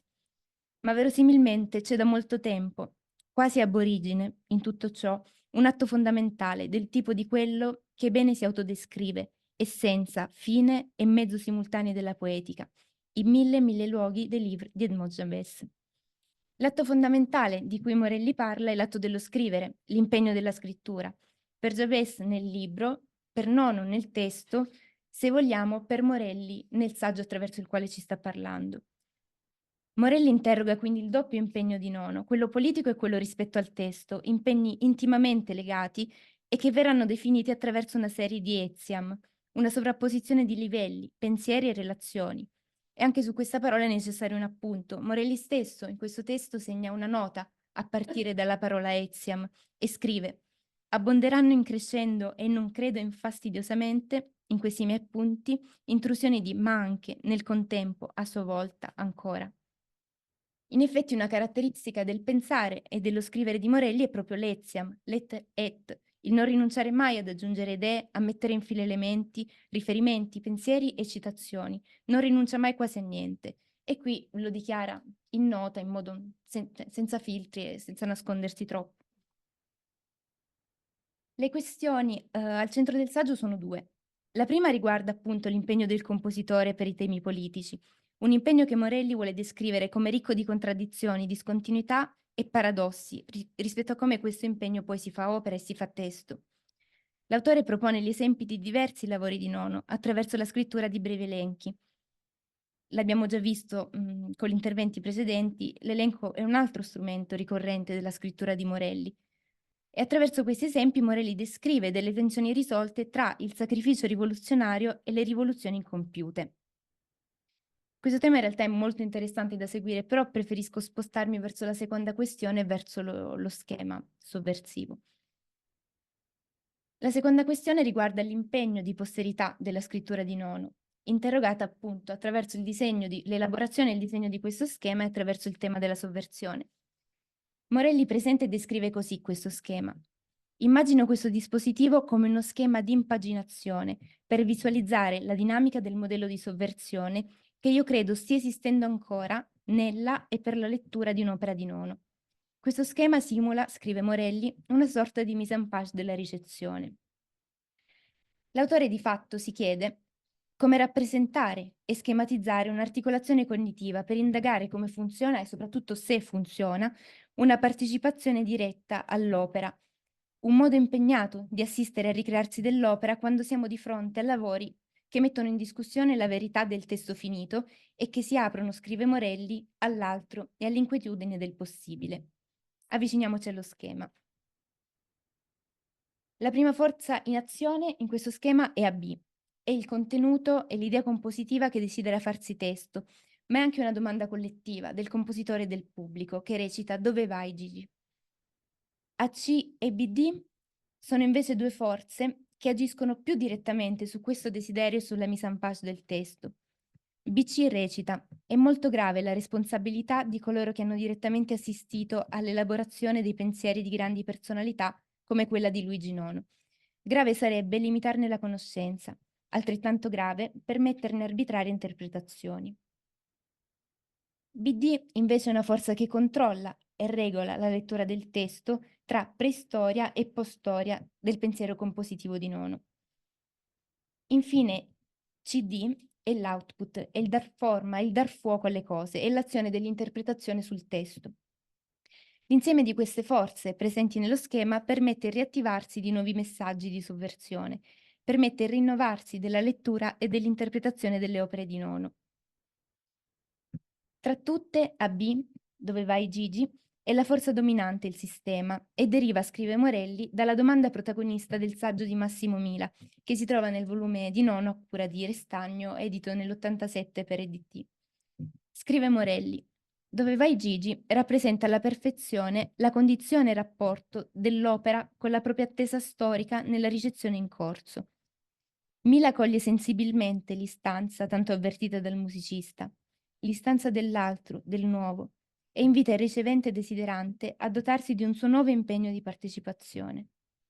Questa domanda è rivolta all'opera, alla nuova opera. È una domanda che nasce dal pubblico, un pubblico che aveva seguito un primo Nono e che sinceramente sta chiedendo al compositore dove sta andando, o meglio gli chiede dove stanno andando insieme in questa nuova ricerca, una ricerca appunto condivisa, collettiva e aperta tra compositore, musicisti e pubblico. La forza B, come ho anticipato un minuto fa, è bilanciata da AC e BD, forze che intervengono direttamente sul desiderio e che orientano nel concreto la stesura del testo, la mise en page. La cosa più interessante, secondo me, è un problema attualissimo, che Morelli segnala rispetto a queste due forze, è il rischio di uno sbilanciamento inibente di AC, ma soprattutto BD, rispetto al primo desiderio.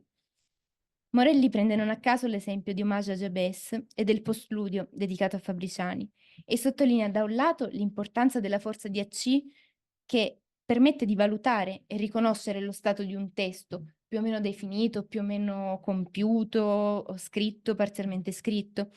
Sottolinea però anche il pericolo e le rigidità potenziali di BD, forza che, se sbilanciata rispetto alle altre, si traduce nell'attesa forzata e obbligata di una mise en page non attuale e non in linea rispetto al momento storico. Nel concreto, rispetto a due pezzi presi in esempio, non è pensabile aspettarsi da Nono una scrittura definita ed esatta come quella dei brani precedenti. È qui che la rigidità dell'attesa è incomprensione pericolosa di un momento storico differente per la tecnica compositiva dell'autore. È qui che la rigidità di alcune domande e la lettura forzata delle ultime opere del compositore secondo i criteri e le abitudini di opere più giovani trasformano negativamente, scrive Morelli, l'affettuoso dove vai Gigi in un intollerabile ma dove mai sei andato a finire Gigi.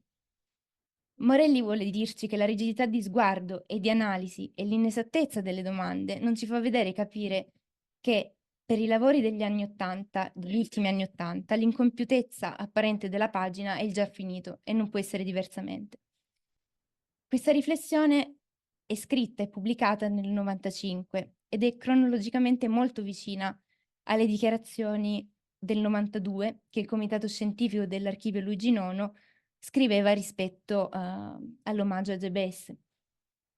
Il Comitato scriveva: si prende atto che l'esecuzione di Parigi è stata un'improvvisazione guidata da Nono su un catalogo di suoni precedentemente studiati con gli interpreti ed organizzati nell'esecuzione dal compositore stesso, secondo una propria idea compositiva non ancora definita con una partitura. Nella stesura della partitura è la consuetudine di Nono intervenire e modificare quanto sviluppato nell'esecuzione. Tra i tanti esempi storici si ricorda in particolare quello di Omaggio a Kurtag. E qui c'è la rigidità dell'incomprensione di BD. Sarebbe pertanto assolutamente arbitrario presentare una partitura ricostruita sull'esecuzione stessa, va bene? Ne consegue l'impossibilità di autorizzare nuove esecuzioni. Tornando al saggio di Morelli e al momento ultimo, ovvero CD, l'output finale, Morelli suggerisce 3 spunti di riflessioni tutti giabesiani per comprendere la direzione del farsi opera, del farsi suono. Morelli invita a riflettere sull'incompiuto e sul frammento e invita a una lettura profondamente sentimentale di quest'ultimo. L'autore ci invita poi a riflettere sull'Eziam e sulla tensione formale creata dalla somma e dal sovrapporsi di layers diversi. L'ultimo invito, infine, è centrale ed è un invito a tenere sempre viva la memoria della tensione per l'autentico nuovo altro. Tra l'altro, confessa Morelli, questo l'ho citato come momento autoriflessivo. L'autore poi chiude il saggio in perfetto stile noniano-giavesiano, con una prescrizione e un'interrogazione. La prima riguarda il tenere a mente la possibilità del ripensamento della scrittura di Nono. E Morelli scrive questo facendo riferimento alla scrittura di fragmenti stile e di alcune indicazioni presenti nei materiali preparatori, ovvero il ripensare all'amore e al proporre anche un amore declinato secondo nei termini del rapporto di Lili Brick e Majakovsky. L'interrogazione invece è un'interrogazione di Jabez, letta, sottolineata e accolta da Nono. E cito: nella conferma che l'impegno sia impegno di sovversione e di sovversione nel rapporto di ricezione-tradizione, l'ennesima interrogazione di Jabez, segnata con 3 colori da Nono sul suo petit livre. E se la sovversione non fosse altro che lo scarto tra la cosa creata e la cosa scritta? Vado verso le conclusioni. Abbiamo identificato, letto e capito i luoghi della sovversione nel pensiero e nei testi di Morelli, attraverso Nono, passando per Jabez. Come comunità musicologica e di musicisti non abbiamo però probabilmente ben capito o comunque risolto l'invito e la domanda che ci consegna Morelli rispetto ai lavori di Nono degli ultimi anni '80. L'invito di Morelli di ripensare ai termini incompiuto e aperto, e aggiungo io di mettere in ordine anche alcune idee sul concetto e il ruolo dell'improvvisazione rispetto ai momenti del pensiero compositivo della prova e del testo e dell'esecuzione, è un problema attualissimo. Sono necessarie nuove interrogazioni sui testi di Nono, sul suo pensiero e soprattutto sulle pratiche esecutive, fondamentali queste ultime per implementare e integrare il testo. Un testo che non ha senso immaginare diversamente da come si presenta, come ci dice Morelli, un testo che non è valutabile tenendo a mente le opere precedenti, un testo cui contenuto è letteralmente tra la cosa creata, quindi il pensiero compositivo e la pratica strumentale, e la cosa scritta, la partitura. Elementi che vivono in una dimensione, se vogliamo dirla con Jabez, davvero sovversiva. Quindi questa domanda di Morelli è attualissima ed era un invito a riflettere, a metterci insieme al lavoro. Ho concluso.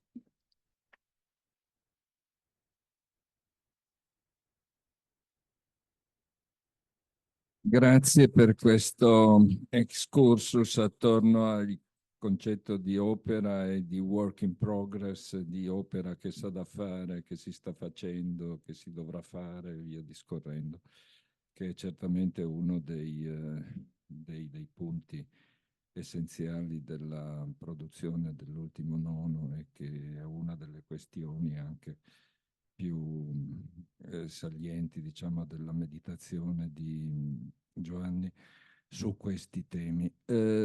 Io, avendo qui con noi Laurent Fenerou, lo pregherei eventualmente di intervenire in qualche modo. No, non vuole intervenire, perché essendo il massimo esperto dei rapporti fra Jabez e Luigi Nono e tutto questo, no, preferisce quindi intervenire domani. D'accordo, quindi silenzio. Vabbè, allora, niente, Laurent Fenerù, se c'è qualcuno che vuole comunque intervenire, che ha delle questioni su questo rapporto, triplice rapporto Jabez, Nono e Giovanni Morelli, qualche suggestione, qualche interrogazione, problema? No, niente. Vabbè, allora, sì, a cena, sì, a cena, probabilmente bisogna meditare un po' su queste cose. Grazie ancora, grazie.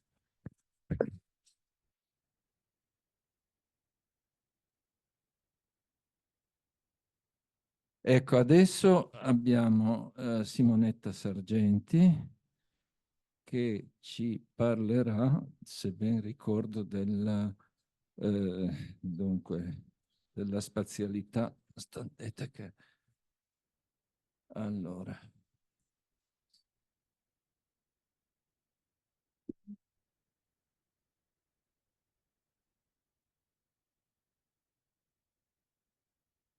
Allora, sì, ascoltare lo spazio e osservare il suono, una nuova visione della musica nelle ultime opere di Luigi Nono. Quindi siamo sempre in questo periodo ultimo. E dunque Simonetta Sargenti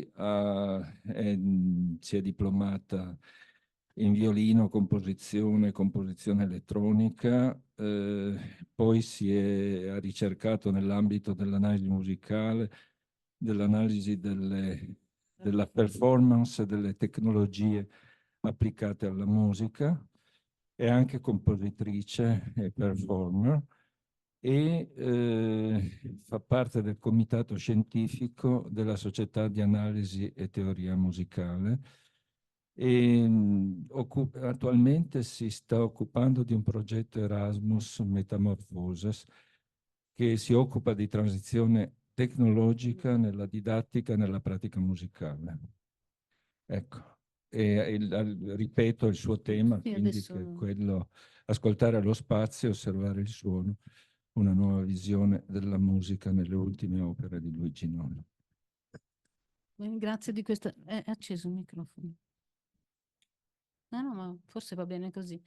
Allora, grazie della presentazione e anche grazie di aver potuto usufruire di questa opportunità, di questa bella conferenza e anche insolita occasione di confrontarci. Ma ho intitolato questa relazione Ascoltare lo spazio e osservare il suono, facendo riferimento soprattutto a ultime opere di Luigi Nono, nelle quali lo spazio è tale elemento costitutivo della ricerca da poter essere ascoltato in quanto è proprio protagonista insieme col suono dell'opera musicale, suono che peraltro è esplorato nelle sue più profonde espressioni, tanto da poter essere osservato. E nello stesso tempo la rilevanza dello spazio nell'opera musicale del XX secolo in genere e di Luigi Nono in particolare è una riflessione che è stata assai sviluppata dal musicologo Giovanni Morelli in vari suoi scritti. Egli dedica una profonda riflessione alla ricerca sullo spazio nella musica contemporanea e nell'affrontare questo tema ho pensato di prendere spunto da alcuni saggi di Morelli, in particolare quelli contenuti nel volume Scenari della lontananza, in parte anche dalle parole dello stesso compositore Nono, che varie volte fa delle riflessioni sulla sua stessa opera, e le ho collegate con degli esempi tratti da alcune ultime opere, quali La lontananza, Nostalgica utopica futura, Pier dell'azzurro silenzio, per spiegare un po' questa idea e queste, come dire, confluenze di pensiero tra il filosofo e il compositore. In particolare vorrei mostrare due punti significativi della riflessione di Morelli che si sono realizzati, a mio avviso, nelle ultime opere di Nono e sono in particolare la costruzione dello spazio musicale e la ricerca sul suono come obiettivo dell'opera musicale.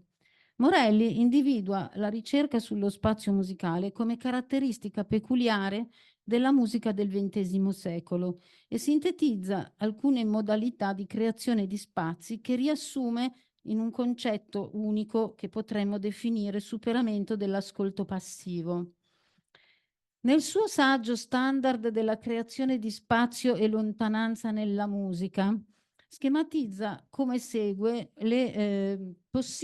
alcune possibili realizzazioni di questi nuovi spazi e definisce quindi una serie di opere, per esempio opere che rifiutano gli spazi convenzionali, opere adattabili a qualunque spazio, programmabili in funzione di nuovi spazi, concepite in funzione di spazialità dinamica e così via, fino a per sperimentare tecnologie per sfruttare elementi linguistico-musicali nuovi, eccetera. Queste possibili idee di spazialità sono presenti in molta musica del XX secolo, ma non in particolare e nelle sue opere composte nell'ultimo decennio 1980-1990 si mira proprio alla realizzazione di spazi non convenzionali. Ricerca che si attua in particolar modo pensando di realizzare il suono come ricerca continua e come interazione tra compositore e interprete. Partirò da alcuni esempi dall'opera di Nono per dimostrare queste ipotesi. Partirò proprio da una composizione, una delle ultime, che anche nel titolo si richiama molto ai concetti che esprimiamo in questa sede, ovvero la lontananza nostalgica utopica futura per violino e nastro del 1988, che fu eseguita per la prima volta il 3 settembre 1988 a Berlino nella sala della Kleine Philharmonie, in cui si realizza proprio uno spazio sempre diverso per ogni performance. L'organico previsto, stampato sulla partitura, prevede violino, 8 nastri magnetici da 8 a 10 leggii.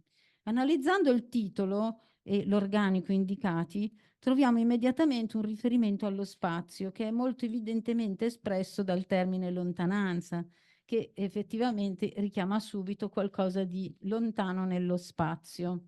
Tuttavia questo termine può essere inteso anche in senso squisitamente temporale, perché la lontananza è associata in questo titolo al termine nostalgico, ovvero tempo trascorso, che si riferisce al passato, ma anche all'aggettivo utopico, ovvero qualcosa che forse non ma si realizzerà nel futuro.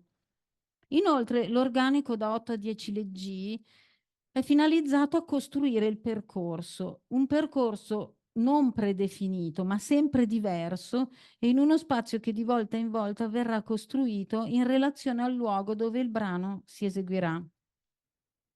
Ci troviamo di fronte quindi a un'idea di spazio non convenzionale, di volta in volta rinnovato e comunque concepito per scardinare l'ascolto passivo. Nelle parole del compositore riferite a questo brano c'è anche un riferimento specifico, prima di tutto al luogo in cui il brano fu eseguito per la prima volta, ovvero la sala della Kleine Philharmonie, e non solo, ma anche al carattere specifico dei suoni prodotti da un determinato interprete, in questo caso era Gidon Kremer. Cito da Luigi Nono. Le rare qualità dei suoni inventate da Gidon fanno suonare i vari spazi della Kleine Philharmonie. Come gli articolati spazi della Kleine Philharmonie offrono altri spazi per i suoni originali di Gidon, lontani, vicini, incontri, scontri. Questo è tratto dal programma di sala della lontananza che fu eseguita poi il 2 ottobre 1988 al Teatro alla Scala di Milano. Ecco, la concezione di questo spazio si esprime qui quindi come creazione di percorso aperto, non lineare, tracciato dai leggii. Anche i leggii in partitura sono definiti da 8 a 10, quindi in un numero anche qui non definito in assoluto. E la loro disposizione è sempre diversa in base al fatto di dove siamo e di dove l'interprete li vuole posizionare rispetto al suo cammino. Il brano è infatti anche intitolato Madrigale per più caminantes, con Gidon Kremer ed è l'elemento costitutivo della composizione non solo il percorso non prestabilito, ma anche proprio quest'idea della ricerca che si esprime nella frase no hay caminos, hay que caminar, che Nono spesso cita, a cui fa riferimento e che diviene anche titolo dell'opera No hay caminos, hay que caminar, puntini, Andrei Tarkovsky, che è praticamente contemporanea alla lontananza e che Morelli richiama nel suo saggio Un incendio visto da lontano, rilevando altri elementi fondamentali del pensiero di Nono, ovvero l'aspetto della ricerca, che qui stavamo appunto già discutendo, e l'idea anche della dedica, sempre presente in modi diversi nelle sue opere. In questo caso la dedica è a Gidon Kremer, dove assume il significato di interazione tra compositore e interprete. Infatti l'interprete ricerca i suoni, li prova, li sceglie in accordo con il compositore. La dedica però può avere anche significati diversi, quello che Morelli sempre nel suo saggio definisce una dedica normale, oppure al contrario potrebbe essere una dedica problematica, ovvero necessaria per attribuire un senso all'opera stessa. Secondo Morelli, dediche problematiche sono appunto quella a Andrei Tarkovsky in No hay caminos, oppure anche a Carlo Scarpa degli Infiniti possibili. Bene, la realizzazione di uno spazio musicale in la lontananza quindi è sia affidata alla creazione del cammino, agli 8 altoparlanti e quant'altro, ma anche alla realizzazione della diffusione dei suoni registrati in uno spazio diffusi da 8 altoparlanti. Si tratta di suoni diversi, sia registrati dal violino ma anche da altre fonti sonore. E come appare nella prefazione della partitura stampa pubblicata da Ricordi nel 1988, vi sono 8 tracce sulle quali viene distribuito diversamente il materiale, per cui abbiamo materiale armonico molto denso nelle prime 2, suoni originali del violino con modi d'attacco diversi e con anche frammenti dal repertorio violinistico importante, frammenti che sprizzano così, poi magari non vengono portati avanti molto, però si riconoscono. Poi voci, parole, rumore di porte, sedie, suoni concreti, per così dire. E infine materiale melodico nell'acuto, armonici, suoni gettati, suoni pizzicati e così via. La natura stessa di tutti questi materiali ci offre un'ulteriore possibilità di creazione di spazio, oltre al cammino, ovvero spazi diversi che dialogano con il violino, ma che l'interprete alla regia del suono deve sempre decidere di ricreare e quindi di riscegliere nuovamente nuovi spazi in cui diffondere questo materiale. Citerò una frase dall'introduzione della partitura di La lontananza che chiarisce questo concetto. Così l'interprete responsabile del nastro stabilisce in continuazione quali materiali sonori selezionati fra le 8 piste verrà diffuso insieme alla parte del violino. Tale materiale può in linea di principio essere composto a partire da una o più tracce o da tutte le combinazioni musicalmente interessanti fra le singole piste, ma ugualmente è possibile un silenzio assoluto. Chiusa la parentesi, finita la citazione. Si deduce quindi da queste indicazioni che tutte le performance di questo brano non saranno mai uguali una all'altra ed esprimeranno proprio questa idea della ricerca continua di uno spazio e anche di un suono nuovo che viene realizzata attraverso non solo, come ho detto fin qui, i leggii, il percorso e i suoni registrati, ma anche vogliamo vedere la parte scritta per il violino, che si compone di 6 pagine corrispondenti a 6 leggii. Sono solo 6 leggii con la partitura, mentre gli altri che sono stabiliti nell'organico sono quelli vuoti che devono essere inseriti per creare il percorso. Il carattere di ciascuno dei 6 leggii comprende materiali diversi ed è possibile anche osservare che solo questa è la parte del brano effettivamente scritta in maniera convenzionale, perché la parte della regia non è scritta ma solo registrata e va di volta in volta ricostruita. Ho fatto qui, questo è uno schema mio, non della partitura, non dell'introduzione, dove ho riunito un po' i caratteri dei 6 leggii. Cioè nel primo leggio abbiamo prevalenza di suoni isolati, alternativamente tastiera, ponticello, crini, legno e quant'altro. Nel secondo quasi tutti sono suoni armonici, sempre eseguiti con queste tecniche estese o comunque non con la tecnica tradizionale dello strumento. Il terzo leggio raggiunge il limite dell'inudibilità. Il quarto leggio utilizza molte alternanze di suoni sforzati e così andiamo avanti fino all'ultimo leggio, dove effettivamente troviamo un grande contrasto di effetti e poi una caratteristica specifica di quest'ultimo pezzo dell'opera in cui il suono rimane da solo dopo che l'interprete è uscito di scena. Il suono attraverso un delay della regia rimane nello spazio come protagonista assoluto. Come indicato dallo stesso autore, la disposizione dei leggi è decisa dal performer e questi si possono organizzare in vario modo creando passaggi tra il pubblico, ma l'importante è, queste sono parole di Nono, che le 6 parti di La lontananza vanno poste su 6 leggi disposti anche tra il pubblico, ma lontani tra loro irregolarmente, asimmetricamente, mai vicini, in modo da rendere possibili vari cammini tra loro, mai diretti, ma cercandoli. La particolarità di questa scrittura strumentale risiede proprio nella prevalenza assoluta di suoni prodotti in modo da evitare la sonorità classica dello strumento. Modi di attacco quindi sempre legati all'utilizzo di tecniche estese. Caratteristica inoltre è anche una dinamica prevalentemente realizzata nel piano estremo, estremamente piano fino al quasi inudibile. Io ho provato a fare così brevemente uno schema colorato di questi effetti, per cui ho indicato rispettivamente con dei rettangoli, con dei cerchi di diversi colori, i modi di attacco e le dinamiche. I modi di attacco sono indicati in rosso, quelli normali, in blu tastiera ponticello, in blu la tastiera, in verde ponticello e così via, quello che si può leggere bene, ma era per esemplificare il fatto che ho individuato dei colori che poi vediamo riportato sulla partitura.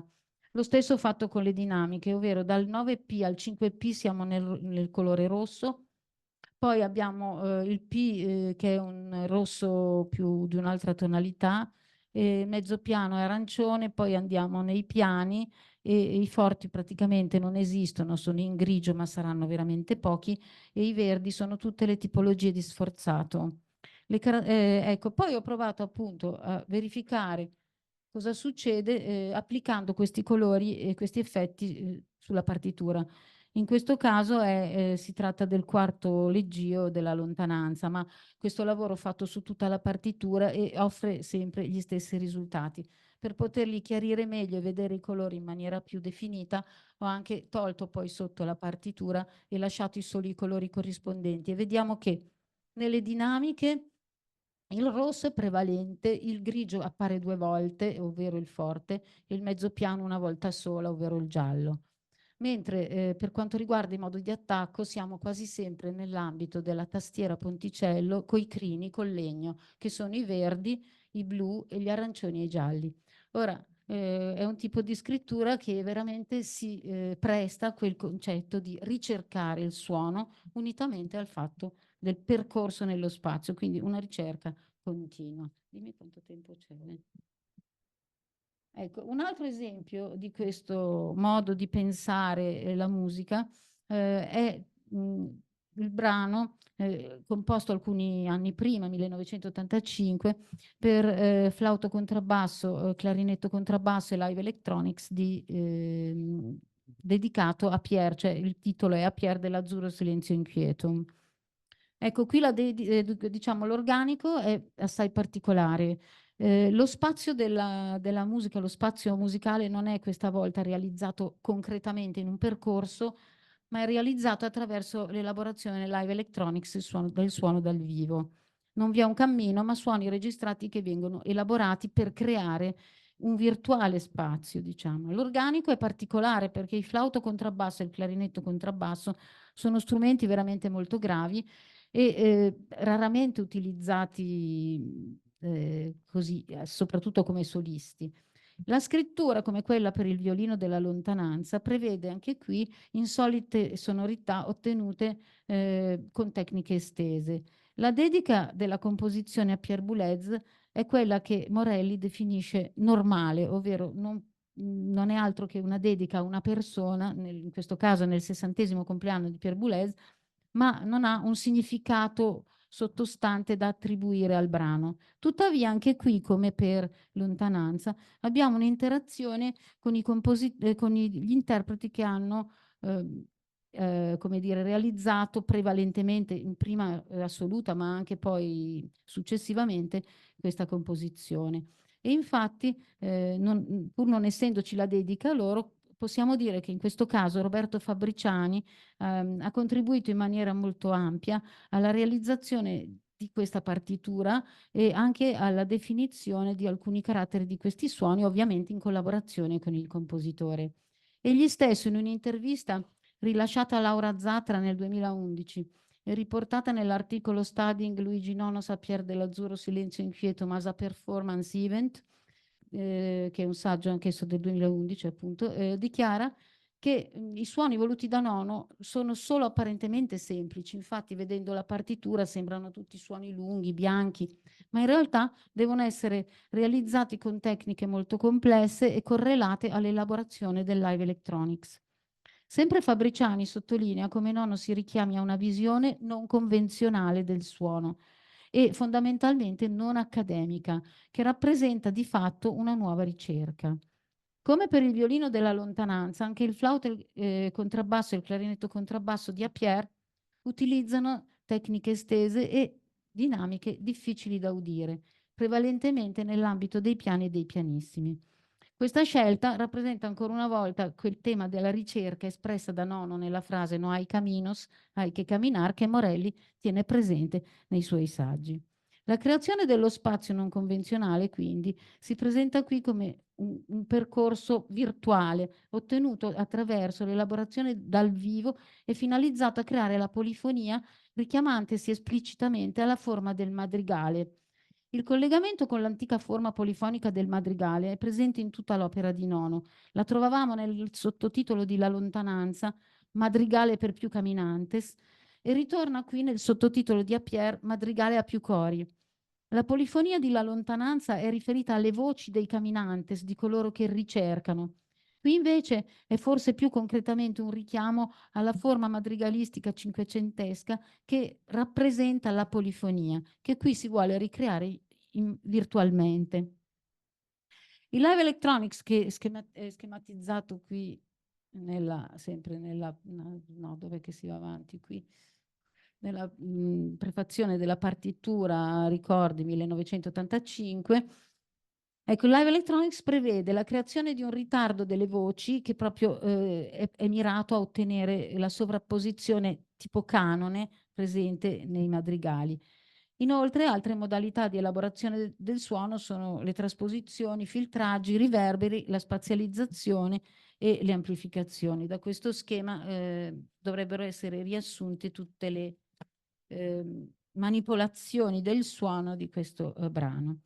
Anche qui ho cercato di fare un lavoro riassuntivo dei modi d'attacco e delle dinamiche coi colori e vediamo che ho indicato anche qua con cerchi e rettangoli di colori diversi modi di attacco e dinamiche presenti nella composizione. I modi di attacco sono classificabili in questo modo: suoni che hanno praticamente solo il soffio o una forte presenza di soffio e poco suono, e comunque suono e soffio in diverse percentuali.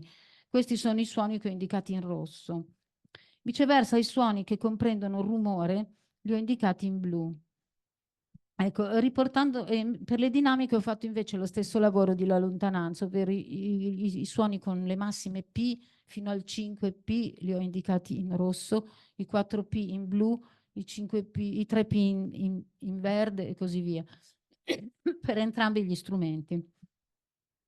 Ecco, anche qua ritroviamo che la notazione del brano si trova solo per le parti strumentali, mentre la parte del live electronics ha uno schema, ma deve essere poi ricostruita in base al luogo dove ci troviamo e non ha particolari indicazioni. Però troviamo che sulla partitura, questa è la prima pagina della partitura, apparentemente semplicissima perché ha solo note lunghe, in realtà, come abbiamo detto, abbastanza complessa, e vediamo che sotto la parte strumentale ci sono delle righe che individuano idealmente il live electronics, ma che non spiegano nulla rispetto al live electronics. I parametri e quant'altro sono segnati diversamente. Quindi ritroviamo gli strumenti dell'organico di APR elaborati dal Live Electronics in una composizione ancora precedente. Qui allora abbiamo visto questa situazione che io poi ho, togliendo da sotto la partitura, vediamo anche qua una maggioranza di colori che esprimono suoni eolici, suoni con il vento, il soffio, più che suoni di flauto o di clarinetto, e così pure le dinamiche che prevalgono sempre nell'ambito dei piani, dei pianissimi, degli estremamente piani e dei quasi inudibili. Bene, questi due esempi potrebbero bastare, anche se ho fatto riferimento, così citerò brevemente anche un'altra composizione precedente ancora, ma abbinata a questa dal fatto che comprende pure l'organico di flauto contrabbasso e clarinetto contrabbasso, ma anche le voci soliste e coro, che è Io frammento da Prometeo del 1981.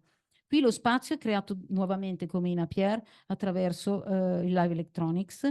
Poi abbiamo le voci soliste e il coro, dove il tema della ricerca si esprime anche attraverso l'uso del testo, e la scrittura strumentale presente in APR rimane simile anche in Io frammento da Prometeo, quindi non è necessario ricordare, appena stata descritta. Mentre invece la voce è molto interessante, perché anche qui rappresenta l'idea della ricerca, in quanto innanzitutto i testi sono frammentari, cioè non è un testo unitario, ma sono testi tratti da più frammenti di testi diversi e ulteriormente frammentati dalle tecniche vocali utilizzate, perché appunto qui non si cerca di comprendere il significato delle parole, ma il testo è frammentato in sillabe, in fonemi, e quindi diventa di fatto musica. Ecco, quindi la scrittura vocale è distante dalla tradizione e tende a utilizzare le frasi del testo in modo frammentario, indipendentemente dalla comprensione e dal significato delle parole. Il testo non è unitario, è formato da frasi tratte da testi diversi. Quindi la creazione dello spazio sonoro è elaborata qui attraverso il live electronics, ma anche attraverso l'uso della parola frammentaria, che esprime quest'idea di ricerca ancora una volta. Bene, da questi piccoli spunti discussi dall'opera di Nono, potrei concludere che queste opere, composte nell'ultimo decennio della sua produzione, rappresentano tutte una caratteristica comune, ovvero la ricerca di nuovi spazi musicali ottenuti attraverso l'utilizzo di nuove sonorità, attraverso l'interazione e la collaborazione con l'interprete, in una visione assolutamente utopica del suono. Ciò ha molteplici implicazioni sulla concezione dell'opera, che diviene così sempre meno definita una volta per tutte e sempre più dipendente dall'evento performativo. Non solo, ma si apre anche a tutta una serie di altri ambiti di ricerca che possono anche andare oltre la musica. Per esempio, citerò, tanto per fare l'esempio più evidente, l'architettura, che collega tra l'altro Prometeo, opera d'arrivo di tutta questa ricerca, con l'elemento spazio architetture, che in Prometeo è molto presente anche attraverso proprio degli oggetti deputati. Ecco, in tutto questo discorso legato a Nono, cosa ha saputo cogliere Morelli di questa riflessione che io ho cercato di proporre attraverso la musica? Ecco, leggendo i suoi scritti sembra che abbia colto soprattutto queste indicazioni insite nel pensiero di Nono, ovvero la ricerca, come dicevo all'inizio, che era un elemento fondamentale, e l'idea di una nuova spazialità non convenzionale. Citerò alcune frasi da Morelli, una che riguarda specificatamente le opere di Nono, che egli definisce opere camminanti, proprio perché hanno questo significato di ricerca e di creazione continua di uno spazio. Opere camminanti rifatte nel loro farsi esecutivo e lasciate aperte su più lati del loro testo. E sempre Morelli, collegandosi in generale, più in generale, non solo a Nono, ma a tutte le opere del XX secolo, parla di opere che interpretano nella dimensione della lontananza e dell'estinzione spaziale del suono quasi la ragion d'essere ultima e sopravvissuta della testualità poetica, in una forma musicale che tramuta il suo tempo in realtà, le quali a loro volta si estinguono e risorgono o si dissolvono in una durata inenarrabile. Ecco, penso che questa sia una possibile conclusione del discorso che ho cercato di proporre, ovvero di questa connessione tra il pensiero di Nono e il pensiero di Morelli, che però a mio avviso è una riflessione non conclusiva ma assolutamente aperta e che forse potrebbe essere ulteriormente discussa attraverso una riflessione sulle tecnologie, perché tutto quello che ho detto finora è stato realizzato in quegli anni col grande entusiasmo per le nuove tecnologie, nuove in quel momento, che si erano presentate, che rendevano possibile queste evoluzioni dell'idea di uno spazio non convenzionale. In realtà attualmente la tecnologia è assai progredita e quindi si potrebbe pensare a un ulteriore sviluppo di questi temi in relazione a questo, ecco, penso. Grazie, avrei finito.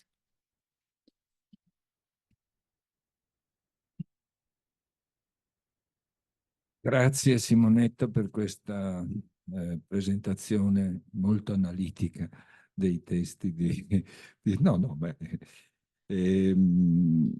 una domanda è, tu hai trovato in tutti i punti di Morelli dei riferimenti puntuali a queste tue analisi? Cioè, voglio dire, al di là degli aspetti filosofici, estetici, poetici, eccetera, eccetera, se ci sono in tutte queste categorizzazioni di Giovanni Morelli dei punti in cui lui sottolinea appunto degli elementi, degli elementi musicali, delle modalità anche, diciamo così. Secondo me nei suoi scritti Morelli fa riferimento agli aspetti più generali di questa scrittura, non prende in esame specificatamente la battuta di quel brano in particolare. No, ma secondo me, per esempio, La lontananza è uno dei brani, come anche Noai Caminos, Andrei Tarkovsky, sono i brani che secondo me potrebbero essere avvicinati maggiormente alle osservazioni di Morelli sulla musica di Nono. Altre cose ho cercato, sono un po' farina del mio sacco, nel senso che ho voluto evidenziarli io, anche perché io devo dire che prima di arrivare a leggere gli scritti di Morelli ho lavorato sull'opera di Nono, a lontananza l'ho anche studiato, l'ho suonato e quindi diciamo è stato un lavoro più a partire dalla musica, mi rendo conto in questo contesto che magari ho versato più verso l'orientamento musicale, però dopo questo passaggio, leggendo gli scritti di Morelli, ho trovato tantissimi legami, soprattutto a questo aspetto degli spazi e non tanto verso un'opera particolare, ma citando alcune opere come La lontananza, come Noai Caminos, come anche altre che adesso non ricordo tutte al momento così, però più che a cose particolari, al tema generale che viene espresso e che viene sicuramente realizzato. Del resto Morelli poi elabora anche tutto un discorso rispetto ad altri autori del Novecento e quindi possiamo estendere insomma questa riflessione. Ci sono delle domande?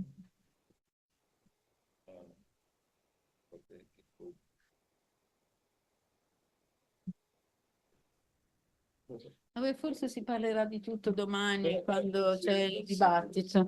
Grazie mille. Grazie.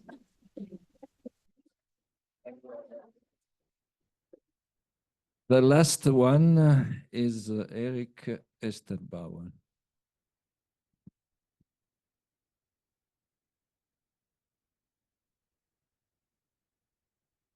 Che è Associate Professor for Elementary Music and Dance Pedagogy in the Orff Institute of the Mozarteum University, Salzburg. He studied psychology, music theory, and composition, and elemental music and movement pedagogy.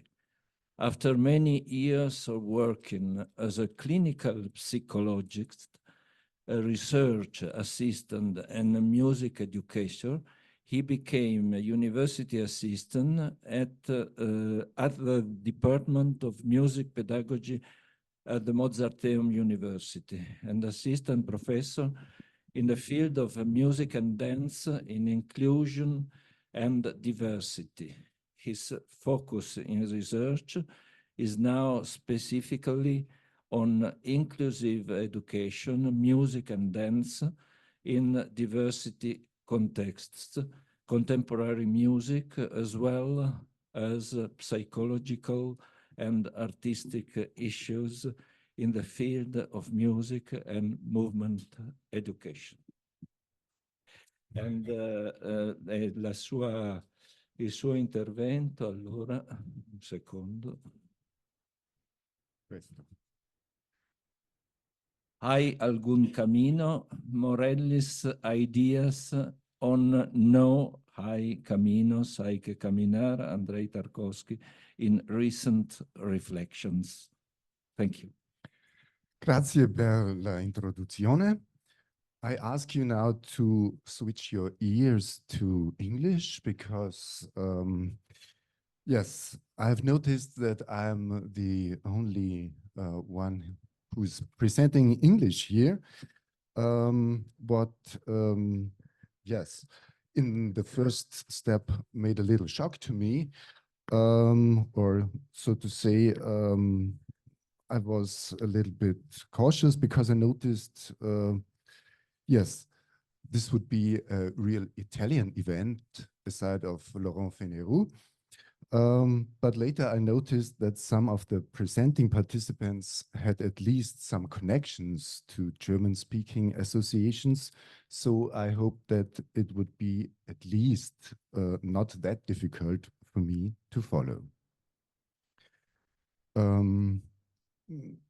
I'm delighted to be here today to present to you what I would call a second reflection on a research topic I've done years ago. Relating to the title of this convention, I was not able to decide between la nostalgia utopica or le prospettive attuali. So I will try both of them.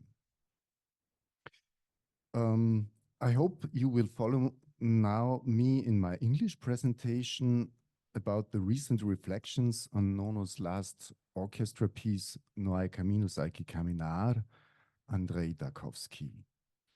The statement of the quote, No hay caminos, hay que caminar, which is based on a mural inscription that Luigi Nono has read on the wall of a monastery while being on a visit in Toledo in 1985, which is expressing the non-linear search in an uncertain environment of philosophical, artistic, and existential questions, is in a way challenged through the title question of this presentation, ¿Hay algún camino? Is there any way? And so I am inviting you to accompany me on this pathless research of the relationships of affinity between Luigi Nono and Andrei Tarkovsky, mediated by Giovanni Morelli. And maybe we will put this under one of Nono's mottos, searching is infinitely more important than finding.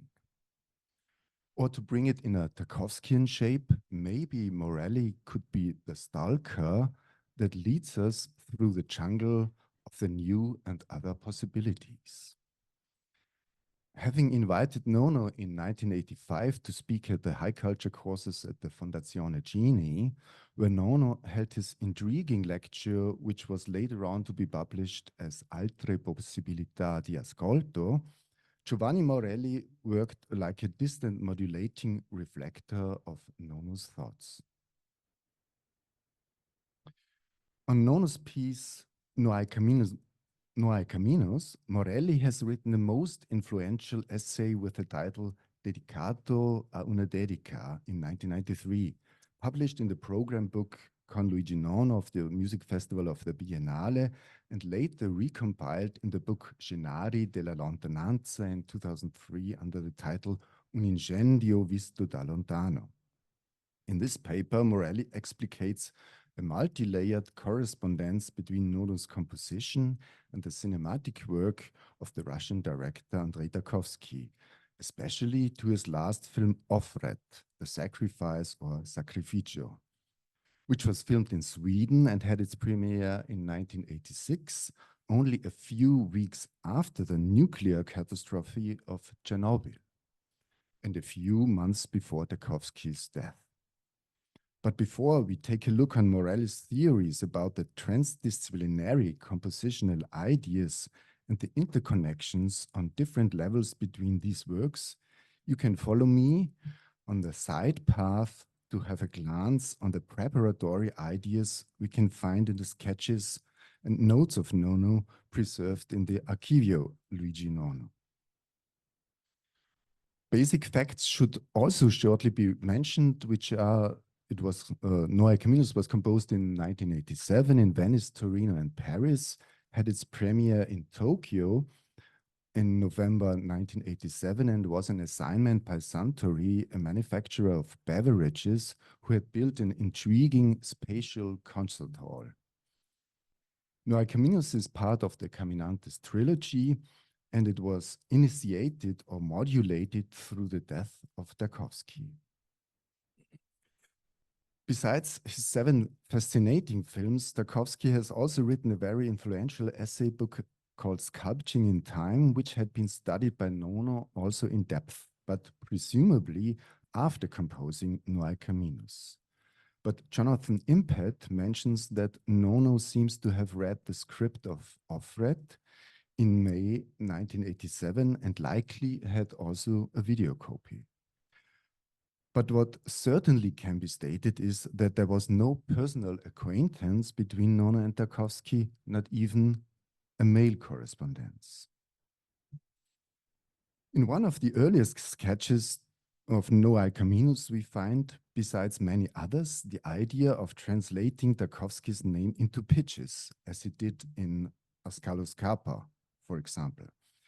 In this case, we see La, Re, Mi.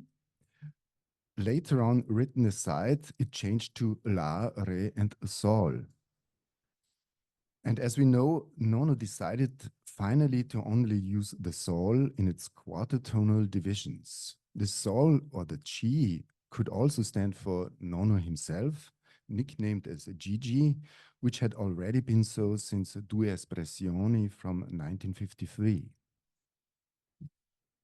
Another concept that was dismissed was the conception of a wandering flute inside or around the 7 orchestral groups of No Hay Caminos. In this sketch, we have ideas about pitches, all are Re and Sol in diverse registers, that should be played by Roberto Fabriciani. On the lower side of this sheet, we discover the note here, Roberto, conduct micro drahtlos, which means the use of a wireless microphone to make it possible to wander around. On another sketch, Nono notes Roberto vagabondo. Here we have the connection to Nietzsche's Wander. And maybe the most interesting decision of Nono was the omission of live electronics, whose first conception we still have here in the early sketches. Jonathan Impett remarks in his vast volume of the Routledge Handbook of 2019 that the sound world revealed to him by working with the Freiburg studio now has become part of his compositional thinking, independent of new technologies. As he finds himself pursuing well-trodden technical paths, he looks for fissures in his own habits of thought. Here we can see a sketch where Nono still had live electronics in mind, compared to an analysis of sound movement in the final score. We will later return to this topic. But let us find the way back to Giovanni Morelli and his considerations on the Nono-Tarkovsky relation. Morelli carves out 4 levels of relational similarities or relationships between No Hay Caminos and Tarkovsky's Offred, on a structural, a spiritual, emotional, a philosophical, and a musical level. From a structural point of view, Morelli assumes that Nono bases both the division and placement of the orchestral groups, the so-called cori, as well as the sound movements these cori produce on different movement sequences in the film, such as tracking shots or the movements of the protagonists and the acoustic scenery of the film. Morelli describes in detail how the movements of the tracking shot in the long last shot, which shows the house burning down, correspond to the different spatial sound movements of the composition. He speaks of, I quote, a dispersion and accumulation of vertical and horizontal relationships in a variety of functions. Tarkovsky associates right-left sounds with menace, such as the sounds of airplanes or thunderstorm, and left-right sounds with lyrical ideas such as the Japanese shakuhachi music. Vertical tracking shots, such as along the painting L'Adorazione dei Magi of Leonardo, or along a withered tree, are nearly always accompanied by silence in the film, while horizontal tracking shots are accompanied by a horizontally moving soundscape. Morelli interprets the instrumental formation of Nono's middle cori, the numbers 3, 4, 5, and 6, which enable such a horizontal sound movement, as an adaptation and translation from the film. On a spiritual, emotional level, Morelli draws lines of connections between the two works in the feelings of fear and tension, which are represented in the film through the use of light, through cool relationships and breaks in continuity, and in Nono's music through changes in register, in the intensity and the dynamics. On a philosophical level, the relationship is evident through Friedrich Nietzsche, who is important in Nono's context of The Wanderer, and who occupies a central position in the film in the conversation of the protagonists Alexander with the postman Otto. Furthermore, the cinematic design in this scene also offers several references to No Hay Caminos, the winding paths that are not taken, Otto's circular movements with his bicycle, for example. On the final filmic musical level, Morelli describes No Hay Caminos as an interpretation of individual events in the film, such as the development of a new, independent soundtrack. He associates certain playing techniques of the strings with the humming noises of airplanes or the flute voice with the shakuhachi music in the film. Morelli thus recognizes in Nono's piece a reinterpretation on a different artistic level. I quote, in English now, a co-creation or recreation, first sensitively and then impulsively, of a macro text that has already been completed, that is already living its own life, and whose independence and inviolability one respects. Or also a translation into a model of a whole life lived experience of someone else's work, complete and definitive, inescapably closed in itself. Roberto Calabretto calls this co-creation in his wonderful comprehensive study Nono e il Cinema a true sonic translation of Tarkovsky's Poetic, or, if I may quote Morelli again, a miraculous power of poetics that arises from the creation of indissoluble bonds between texts that sacrifice each other so that everything remains still or always as before. The music and sounds in Offred are not introduced to reinforce the images, but instead represent the score that interacts with the film's story in a completely different way. Tarkovsky undertook his film explicitly as a poetic journey that takes place on a double track, a sound and a visual one. A double score, as Giovanni Di Mezzo explicated in his interesting study with sonographic analysis. Following Roberto Calabretto's interpretation, sound has here the task of manifesting a transcendent dimension, a space of a metaphysical nature. A task that places the sound commentary of Offred on a level of very high complexity and testifies the unique functions of music in Tarkovsky's cinema. Here, Calabretto indicates some obvious affinities with Nono's poetics and, above all, with his research into the unpredictable nature of resonance. Personal and ideational congruences may show a deeper relevance also in the compositional process and modeling of these two works, which can be described as a refraction and multiplication of the perspective in time and space. And I would call it with an additional differentiation of shading of the respective artistic element. As we have seen through Morelli and furthermore through a comparative analysis of shaping techniques, we can find analogies in the creative design of the late Nono and Tarkovsky's movies. Continuing this path in a, so to say, interdisciplinary perspective, Michele Scanga refers in his essay Nono con Tarkovsky, un segno e un sogno di felicità from 2014 to a theory from physics by Lisa Randall. I quote, "Two theories are dual if they can be reduced to the same theoretical framework, which can be expressed through two different descriptions."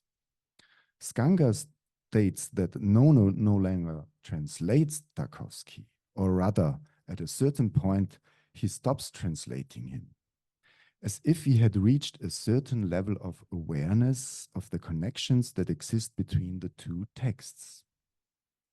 Nono seems to express some messages from Offred in the same theoretical framework. Scanga highlights as his central message that this should be identified with the demonstration of the rebirth of meaning from emptiness, the emergence of sound from silence. A double truth for which self-sacrifice for the other becomes the source of a shared, unusual form of happiness. Binding this back to Morelli again, we can read in his text of the compressed outflow of a system of many simultaneous understandings of the Russian director's last work, experienced synchronously by Nono, intuitively as a naive spectator, but with ecstatic conviction. Searching for these simultaneous understandings, we can find notes Nono has written in one of his notepads in 1987. Sacrificio, trasgressione di secondi, fotogrammi, bianco-nero, trasgressione di ascolti, di tempi di sentimenti, di natura, di parole, di inquieto. La parola inizia, perché papà. And in an interview with Lothar Knessel in 1988 in Vienna, Nono states, "Everything is simultaneous. Everything is always simultaneous. For me, the mobility of the sounds is a means of making the simultaneity audible. For me, Tarkovsky's visual compositions in Sacrifice are the most perfect realization of the simultaneity of everything by means of absolute tension-filled static." This mobility of sounds Nono has created mostly through live electronics. So returning to an idea we have already mentioned, it is in the view of Scanga like Nono wanting to understand the achievements he attained through assiduous use of technologies, which have a wholly authentic ontological status, must put these achievements now to a test. To do so, he abandons his highly sophisticated refinement of use of electronics and composes again in a purely acoustic form, as in the case of No Hay Caminos, or 3 years before in A Carlos Capa. Scanga reports further that if Nono had failed at that point, he would have found himself a victim of himself in his own means, and trapped into a self-referential discourse. Matthias Hermann takes a totally different position in his book of 2015, where he describes No Hay Caminos as a process of mere questioning without any result. I quote, "Seemingly condensing climaxes do not lead to any solutions or dramatic continuations. Instead, the energy generated in the predominantly dynamic culminations fizzles out. The power of the formulation thus remains ineffective. The statement fails." Nono composes a great mistrust of musical language in which he interrupts even the smallest development and thus negatively questions it. And he shows musical idiom to be both distanced and immediate. I don't think that this interpretation is grounded on a sound comprehension of Nono's dialectic and ever hopeful search for the undiscovered possible worlds. Yes, Nono is questioning himself. He is questioning his artistic methods, his own thinking, the political developments, but he is not negating them. He stays on his unpredictable search and research.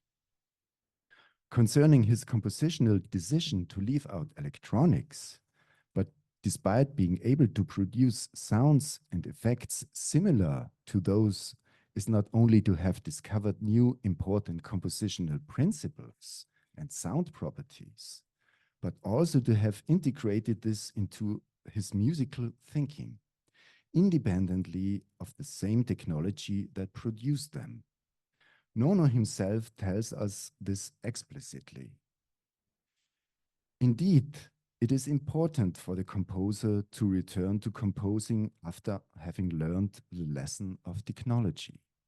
The use of technology is neither obligatory nor exclusive, but study and experimentation are, because this is the only way to change your musical thinking, your compositional principles, your listening, and the composition itself. Noticing that our journey has its only limitation in time, in this 25 minutes here, or in about 80 or 90 years of life, I try to reduce our findings of the visible and non-visible correspondences to a 4-layered pyramid, maybe also as a symbol for last works. This pyramid should illustrate the core components of inner-lying correspondences between Nono and Tarkovsky. In the end of our journey, let us hear what Nono tells us about Tarkovsky and his last film, out of a conversation with Toru Takemitsu. Offred, or sacrifice, is a thought with different times of different ceremonies: visual, acoustic, photographic, dramatic, and disquiet when everything is subject to discussion. It is a great openness of Tarkovsky in the very moment he was most ill. Openness to nature, to human thought, towards a new world order. Michele Scanga resumes, Nono wants to awaken in us a kind of conscious, passionate, attentive, and generous listening, not only but also in No Hay Caminos, and calls it the true responsibility to which we are called, each and every one of us, to foster humanity. But the last word I will give to Giovanni Morelli. Like and as much as no other musician today, Nono discovered, or better said, is discovering, more in doing than in saying, what in a wide formula could be defined as the pathos of making music again.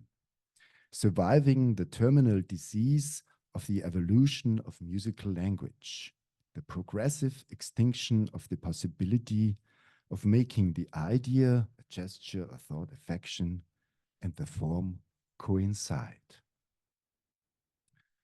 And with a last glance at the sources, I thank you for joining me on this journey.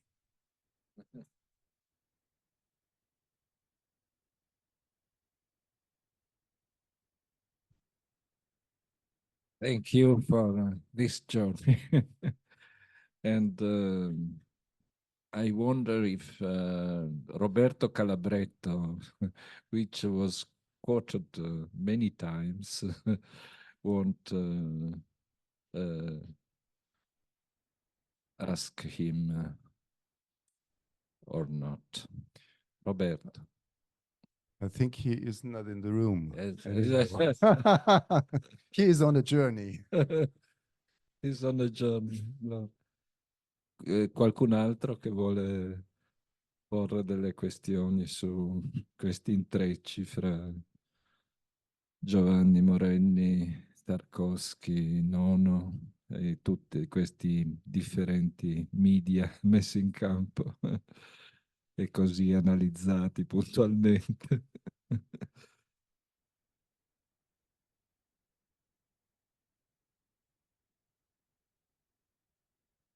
I think the next path will lead us to something our body will need. So some coffee or something else. I think this is the way we have to go.